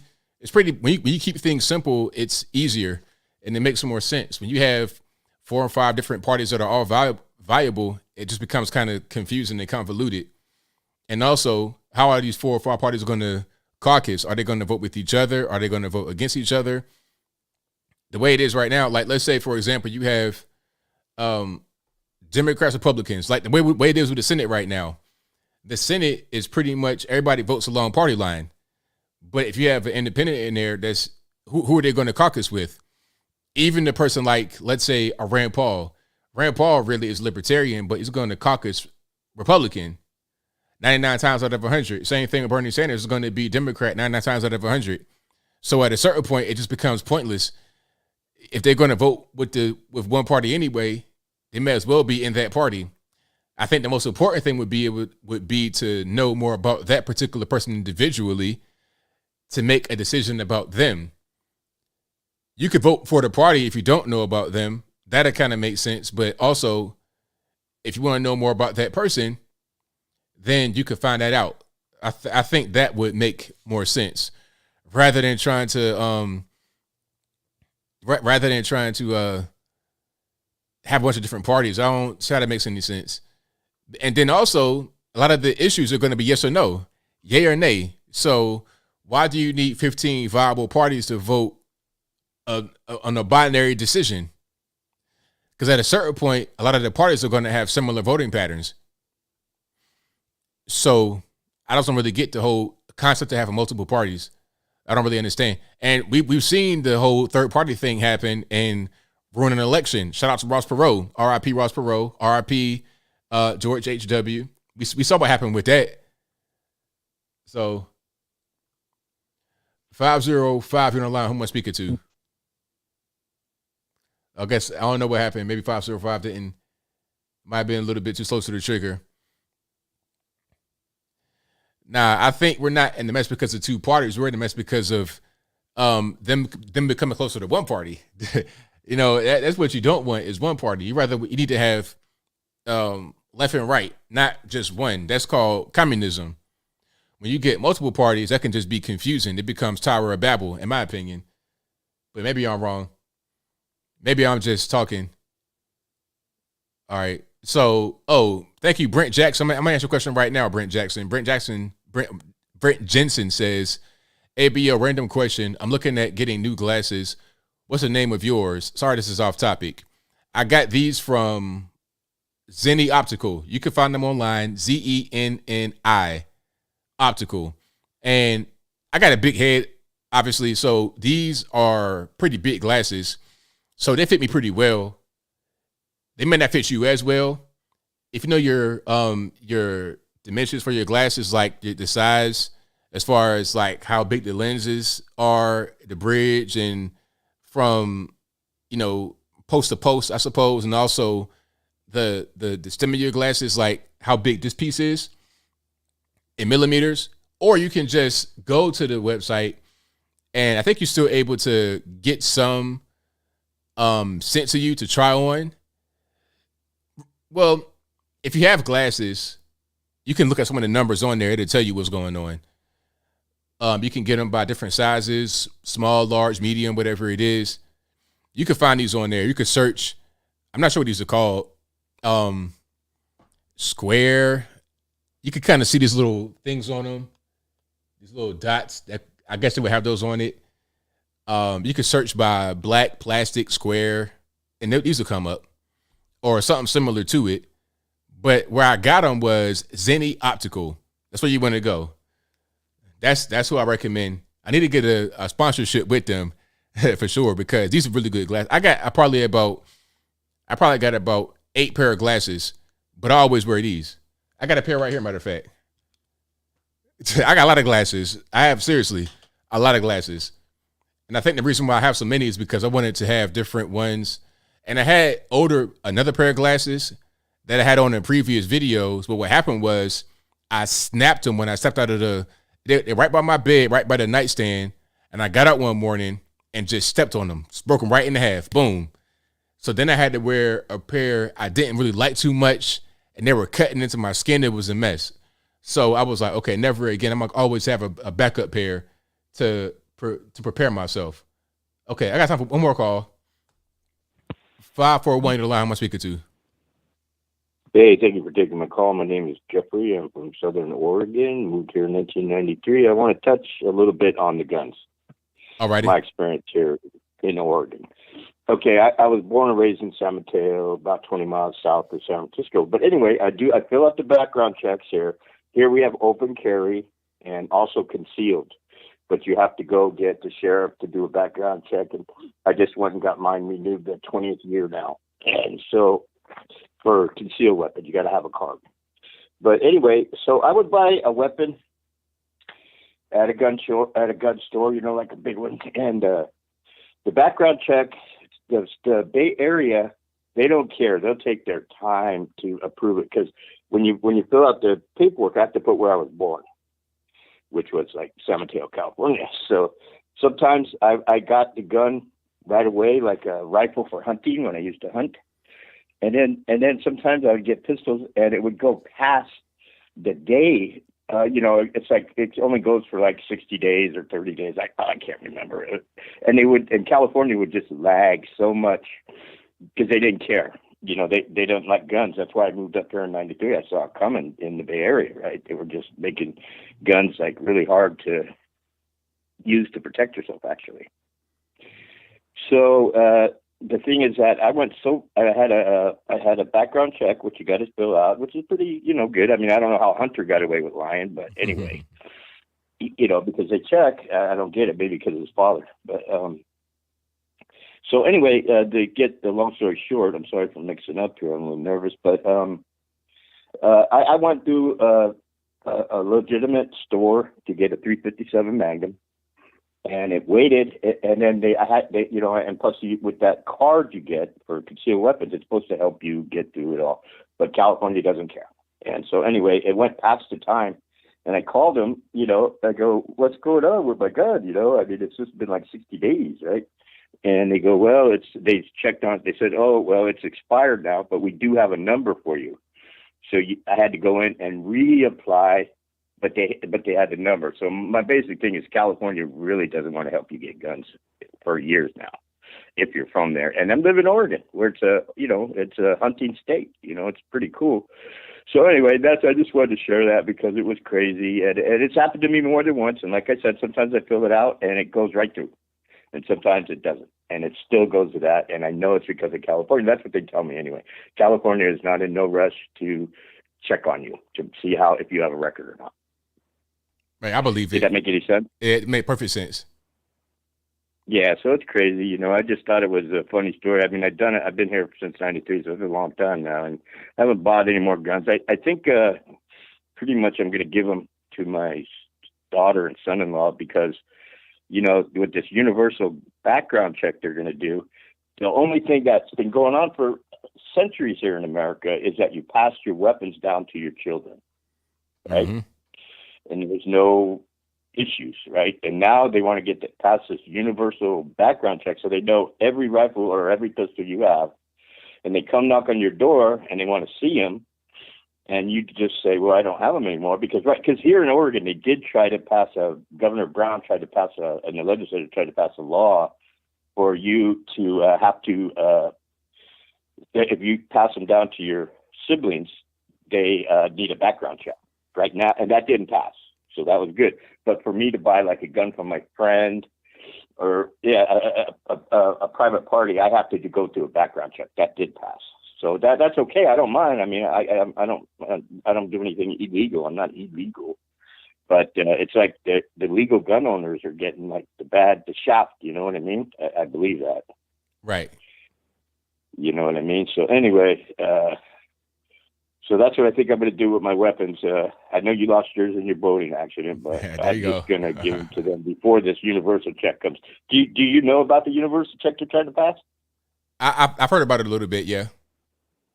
Okay, and that's just so that if you give your guns, I believe that my understanding from what I've learned so far, my research is, if you give it to your siblings, which, you know, has been going on forever, you know, America, and they want to be able to track those two now. They want to know where every gun is, period. That's it. Right. So anyway, that's my comment on that. Great show. Thank you for taking my call. And I know it's late, and so I think it's close to the end of your show. Thank you again. Thank you for the call, man. Appreciate you. Okay. Good night. All right. Shout out to the call. And that will be a wrap for me. You guys have been fantastic. Always a great time. Thank you for being here. Thank you to the mods for keeping the chat nice and cool and calm and collected and getting the trolls up out of here with the quickness. I'll be back live again on Saturday at 8 p.m. Eastern Standard Time to right around 11 p.m. Eastern Standard Time. This is a podcast you're listening to right now. Will be available on your favorite audio streaming platform, whether it be Google Play, Spotify, Stitcher, Anchor, Apple, iTunes, etc. Link for that will be in the description, or just go to your favorite audio streaming platform and search ABL Live. I should pop right on up. I got super chats on deck right quick, and then I wrap it on up, put the bowl clean on top. Let's go to thank you to Heavy Hard Drive, who says, what's your thoughts on the safety bill in Illinois? Yeah, I've been seeing that. I want to do a video on that. I got so many topics I need to do a video on. I'm kind of backed up a little bit, so I think I'm gonna do a video about that. But I saw that, and it's crazy. Basically, if you guys don't know, the Safety Act, I think it passed, right? There's going to be a list of offenses that you can get out with zero bail, and some of the offenses include murder, like serious violent crimes. And one of the things that they said in the Safety Act was the police will not be able to come to your home and remove a trespasser. And if you want to get rid of them, you got to figure out what's the best way to go about it without making yourself get in trouble, without putting yourself in harm's way as far as any kind of legal problems. You may decide to use a weapon on somebody, and you can't use a weapon on somebody.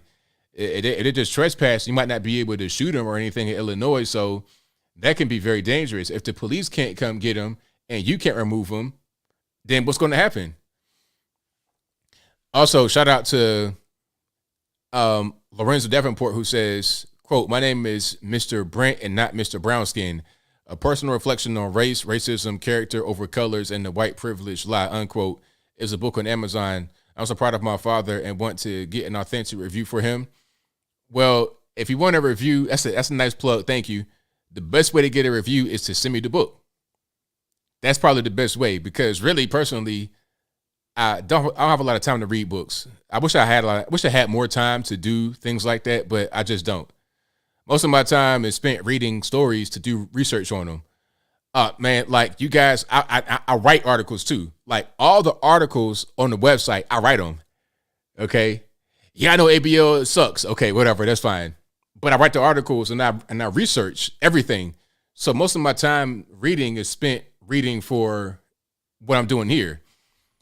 But if you want me to review it, I may have some time, but send me the book. That'd be an incentive. I'm not saying pay me to read it, but definitely at least send it to me. And then that'll get you a better chance of me reviewing it. Thank you to Mr. I already read this one from Brent. So, and if you want to send me anything, there's an email pardon me, there's my P.O. box on my website. If you go to the contact page, you can find my email and my snail mail address. So everything's right there to send me whatever you want, as long as it ain't nothing crazy. You send me something crazy, I'm calling the police ASAP, and you go into the penitentiary. Big rocks, little rocks. But that will be a wrap for me. Thank you all for being here. Couldn't do it without you. But until next time, y'all be safe. I'm out. And peace.